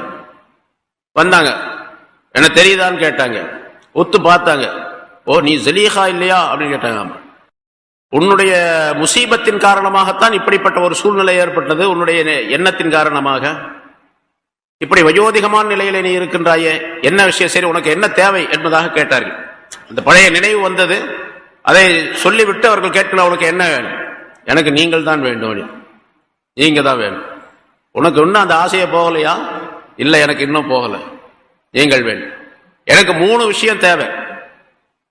நீங்க அல்லாஹ் இடத்துல நபியா இருக்கிறீங்க, ரசூலா இருக்கிறீங்க, அல்லாஹ் இடத்துல கேட்டா அல்லாஹ் கொடுப்பான். 3 விஷயம், 3 கோரிக்கைகள் எனக்கு தேவை உங்களிடத்தில் இருந்து. அது என்னது? ஒன்னு, அல்லாஹ்விடத்தில் துஆ செய்து என்னுடைய வாலிப பருவத்தை திருப்பி கொடுக்க சொல்ல வேண்டும். அழகையும் வாலிபத்தையும் திருப்பி கொடுக்க சொல்ல வேண்டும். அல்லாஹ்வால் முடியாது இல்ல, நினைச்சானா முடிஞ்சிடும். நான் வாலிப பெண்ணாக முதல்ல எப்படி ஆரம்பத்திலே சொல்லியிருக்கிறார், ஜலீஹாவும் ரொம்ப அழகான பெண்மணி தான். யூசுப் அலைஹிஸ்ஸலாம் அவர்கள் மீது இந்த காதல் கொள்வதற்குரிய காரணம் ஆரம்பத்திலே, இந்த சூரா ஆரம்பத்திலே சொல்லப்பட்டது. ஒரு விஷயம் சொல்லியிருக்கிறோம். அந்த பெண்மணி, அதாவது ஜலீஹா என்பவர் இன்னொரு நாட்டினுடைய ஒரு குறுநில மன்னர், ஒரு சிற்றரசர், அவருடைய மகள் தான் ஜலீஹா என்ற அந்த பெண்மணி. அவர் தன்னுடைய வீட்டிலே இருக்கக்கூடிய நேரத்தில் ஒரு நாள் கனவு காணுகின்றார். திருமணம் செய்யப்படுவதற்கு முன்னதாக கனவு காணுகின்றார். அந்த கனவிலே வானத்தில் இருக்கக்கூடிய நிலா அப்படியே கீழே இறங்கி வந்து தன்னுடைய மடியிலே வந்து விழுந்ததாக கனவு கண்டார். அதே போல இன்னொரு நாள் ஒரு அழகான வடிவம் உள்ள, ஒரு அழகான தோற்றமுள்ள ஒரு மனிதரை கனவிலே கண்டார். அந்த நிலா தான் இந்த மனிதர் என்பதாக மறுபடியும் முடிவு செய்தார் அந்த பெண்மணி. அந்த அழகான தோற்றமுள்ள அந்த மனிதரை கண்டவுடனே விழித்துக் கொண்ட பின்னால, நாம் திருமணம் செய்வதாக இருந்தால் இந்த மாதிரி ஒரு ஆளைத்தான் திருமணம் செய்வோம். அல்லாஹ் ஒரு மனிதரை காட்டுகின்றான் என்னுடைய கனவிலே, அந்த மனிதரைத்தான் திருமணம் செய்ய வேண்டும் என்று முடிவு செய்திருந்தார். ஆனால் அந்த மாதிரி மனிதர் யாருமே இல்லை. அந்த மனிதர் யூசுப் அலைஹிஸ்ஸலாம் தான். பிறகு அவர் தந்தையின் மூலமாக திருமணம் பேசப்பட்டு எகிப்து நாட்டினுடைய அரசராகிய அந்த கித்பீர் என்ற அசீஸ் என்பவருக்கு திருமணம் செய்து கொடுக்கப்படுகின்றார். ஆனால் நேரடியாக அந்த நேரத்தில் தன் அந்த மாப்பிள்ளையை அவங்க பார்க்கல. இருந்தாலும் சமயம் அவர் அரச பதவி உடையவராக இருக்கின்ற காரணத்தால் நாம் கனவில் கண்ட மனிதர் அவராகத்தான் இருக்கலாம் என்பதாக முடிவு செய்தார். அதன்படிக்கு திருமணம் செய்து கொடுத்த பின்னால பார்த்தா அந்த ஆள் அல்ல. யாரை கனவுல கண்டார் அவர் அல்ல இவர். ஆக வேறொருவரை திருமணம் செய்து கொடுக்கப்பட்டு விட்டோமே என்பதாக நினைத்தார். ஆனா அது என்ன ஆச்சுன்னு கேட்டா, கடைசியில அந்த குத்பீர் என்ற அந்த அசீஸ், அந்த நிதி மந்திரியாக இருந்தவர் ஆண்மை இல்லாதவராக இருந்தார். அதனால அந்த பெண்மணி இடத்துல எந்த விதமான உறவும் கொள்ள முடியாதவராக இருந்தார். இப்படியே வாழ்க்கை ஓடிக்கொண்டே இருந்தது. அது வெளியே சொல்ல முடியாத சூழ்நிலை இருந்தது. கடைசியா தான் யூசுப் அலைஹிஸ்ஸலாம் அவர்கள் அங்கே கடை தெருவிலே விற்கப்பட்டு, சந்தையிலே விற்கப்பட்டு கொண்டு வந்து இங்கே கொடுத்தார்கள். இவரை நாம் வைத்துக் கொள்ளலாம், அடிமையாக வைத்துக் கொள்ளலாம், அல்லது நாம் நம்முடைய மகனாக, வளர்ப்பு மகனாக ஏற்றுக்கொள்ளலாம் என்பதாக சொன்ன பொழுதுதான் யூசுப்பை பார்க்கின்றார்கள். கனவுல கண்ட அந்த ஆள் இவர்கள் கனவுலா, இவர் கணவராக வரணும்ல நம்ம நினைச்சிட்டு இருக்கிறோம், இவர் அடிமையாக வந்திருக்கிறார் அப்படின்னு சொல்லி அங்கே வளர்ந்துகிட்டே இருந்தார். அவர் வாலிப பருவம் அடைந்த நேரத்தில் தான், ஒரு 30 வயசு ஆறு நேரத்தில் தான் அவர்களுக்கு இந்த ஆசை வந்தது. பிறகு நடந்ததெல்லாம் முன்னால சொல்லப்பட்ட விளக்கங்கள். இப்ப அந்த மாதிரி யூசுப் ஜலீஹாவும் ஒரு மன்னருடைய மகளாக இருந்த காரணத்தினால் அந்த பெண்ணும் அழகாக இருந்தார். இப்ப யூசுப் அலைஹிஸ்ஸலாம் அவர்களிடத்தில் அந்த பெண் கேட்கின்றார், எனக்கு பழையபடி என்னுடைய வாலிபமும் அழகும் திருப்பி கொடுக்கப்பட வேண்டும், அல்லாஹ் தஆலா நீங்கள் அதை கேட்க வேண்டும். அதே மாதிரி நான் எப்படி சுகமாக வாழ்ந்தேனோ அதே போன்றுள்ள ஒரு ஆட்சி, அதாவது ஒரு சுகமான வாழ்க்கை எனக்கு தரப்பட வேண்டும், அதையும் அல்லாஹ் இடத்தில் நீங்க கேட்க வேண்டும். மூன்றாவது, அதான் எப்பவும் உள்ளது, உங்களை நான் கல்யாணம் செஞ்சுக்கிறேன். மூணாவது, அது எனக்கு உங்களை நான் கணவராக அடைய வேண்டும். இந்த மூன்றையும் நீங்கள் அல்லாஹ் இடத்தில் எனக்கு கேட்டு பெற்று தர வேண்டும் என்பதாக சொன்னார். இங்க இந்த குர்ஆனுடைய ஆயத்தில் இது கடைசி முடிய போகுது. குர்ஆனுடைய இந்த ஆயத்துடைய கடைசி வரைக்கும் இவ்வளவுதான் இருக்குது. ஜலீஹா என்ன ஆனார் அப்படிங்கறத பத்தி குர்ஆன் சொல்லல. சில சரித்திர ஆசிரியர்கள், அதே மாதிரி தௌராத் இன்ஜீலை படித்த சில ஞானவான்கள், அவர்கள் எல்லாம் ஜலீஹாவுடைய கதையை இப்படி சொல்லுகின்றார்கள். ஹஜரத் கஅபுல் அஹ்பார் ரலியல்லாஹு தஆலா அன்ஹு தௌராத்தை நன்றாக கற்றறிந்த மிகப்பெரிய மேதை, அவர்கள் சொல்லுகின்றார்கள். தப்சீர் குர்ஆனுக்கு விளக்கம் சொல்லக்கூடியவர்களே தலையாய இருக்கக்கூடிய இப்னு அப்பாஸ் ரலியல்லாஹு தஆலா அவர்கள் சொல்லுகின்றார்கள். இன்னும் சில சரித்திர ஆசிரியர்கள் குறிப்பிடுகின்றார்கள் இந்த சம்பவத்தை. இப்ப நான் சொல்லக்கூடிய அந்த சம்பவத்தை, சரி, யூசுப் அலைஹிஸ்ஸலாம் அவர்கள் துஆ கேட்டார்கள், அந்த பெண்ணுடைய விருப்பத்தை அல்லாஹ்விடம் கேட்டார்கள். அல்லாஹ் தஆலா அவர்களுக்கு வாலிபத்தையும் அழகையும் தந்தான். அதே மாதிரி அவர்களை திருமணம் செய்து கொண்டார்கள். அவர்களுக்கு அரச பதவியும் அரசருடைய மனைவி என்ற அந்தஸ்தும் கிடைத்து விட்டது. திரும்பவும் அரண்மனையிலேயே, அரச அரண்மனையிலே வாழக்கூடிய சூழ்நிலையை அல்லாஹ் தஆலா அவர்களுக்கு அந்த பெண்மணிக்கு தந்து விட்டார். ஆனால் யூசுப் அலைஹிஸ்ஸலாம் அவர்களை திருமணம் செய்த பின்னாலே யூசுப் அலைஹிஸ்ஸலாத்துடைய சகவாசத்தின் காரணமாக, அவருடைய உறவின் காரணமாக அல்லாஹுடைய பயம் அதிகமாகிவிட்டது. அந்த பெண்ணுக்கு தான் செய்த தவறுகளை எல்லாம் நினைத்து மன்னிப்பு கேட்டார் அல்லாஹ்விடத்தில். பயம் அதிகமாகி அதிகமாக அல்லாஹ் தஆலாவிடத்தில் இபாதத் செய்யக்கூடிய சூழ்நிலை ஏற்பட்டது. கல்யாணம் செஞ்ச உடனே யூசுப் அலைஹிஸ்ஸலாம் கேட்டார்களாம், நீங்க நீ முதல்ல என் மீது எவ்வளவு காதல் கொண்டிருந்தையே, தவறாக நடக்க ஆரம்பிச்சியே, அதை விட இது எவ்வளவு நல்லது பாத்தியா? ஆமா, உண்மையிலேயே நல்லதுதான், இதைத்தான் நானும் விரும்பினேன் அப்படின்னு சொல்லி அந்த பெண்மணி சொன்னார். பிறகு இந்த சகவாசத்தின் காரணமாக அவர்கள் இபாதத்தில் அதிகமாக மூழ்கிவிடக்கூடிய சூழ்நிலை ஏற்பட்ட பொழுது யூசுப் அலைஹிஸ்ஸலாம் எப்ப கூப்பிட்டாலும் வர்றதில்லை, இபாதத்திலேயே மூழ்கிட்டாங்க அதிகமா. இப்ப யூசுப் அலைஹிஸ்ஸலாம் அவர்கள் இபாதத் செய்ய நான் போய் தொழ போறேன் அப்படின்னு சொல்லிட்டு போகும்போது யூசுப் அலைஹிஸ்ஸலாம் அவர்கள் ஜலீஹாவுடைய சட்டை பிடிச்சி எடுக்கிற மாதிரி ஆயிப்போச்சு, நீ வர்றையா இல்லையா அப்படின்ட்டு. அந்த மாதிரி ஒரு சூழ்நிலை ஏற்பட்டு அப்ப சொன்னாங்களாம், ஜலீஹா சொன்னார்கள், நான் இப்பொழுது என்னுடைய ரப்புடைய வணக்க வழிபாடுகளில் ஈடுபட்டு இருக்கின்றேன், அந்த இன்பத்திலே நான் மூழ்கி இருக்கின்றேன், இந்த இன்பம் எனக்கு பெரிதாக தெரியவில்லை, அது பேரின்பமாக இருக்கின்றன்னு சொன்னார். எப்படி ஜலீஹாவுடைய அந்த சம்பவம் அவரை திருமணம் செய்து கொண்டார் என்பதாக சரித்திரங்களில் சில சரித்திரம் குறிப்பிடப்படுது. ஆனால் குர்ஆன்லயோ ஹதீஸ்லயோ இந்த முழுமையான சரித்திரம் கிடையாது. சில அறிஞர்கள், இந்த குர்ஆனுக்கு தப்சீர் விளக்கம் சொல்லக்கூடியவர்கள் இந்த கருத்துக்களை சொல்லுகின்றார்கள். இப்ப யூசுப் அலைஹிஸ்ஸலாம் அவர்களுடைய கடைசி காலகட்டம் 120 வருஷம் வரைக்கும் அவங்க இருந்தாங்க. நல்ல திறமையான ஆட்சி, அழகான ஆட்சி, அற்புதமான ஆட்சி, மக்கள் எல்லாம் மிக சுகமாக வாழ்ந்தார்கள்.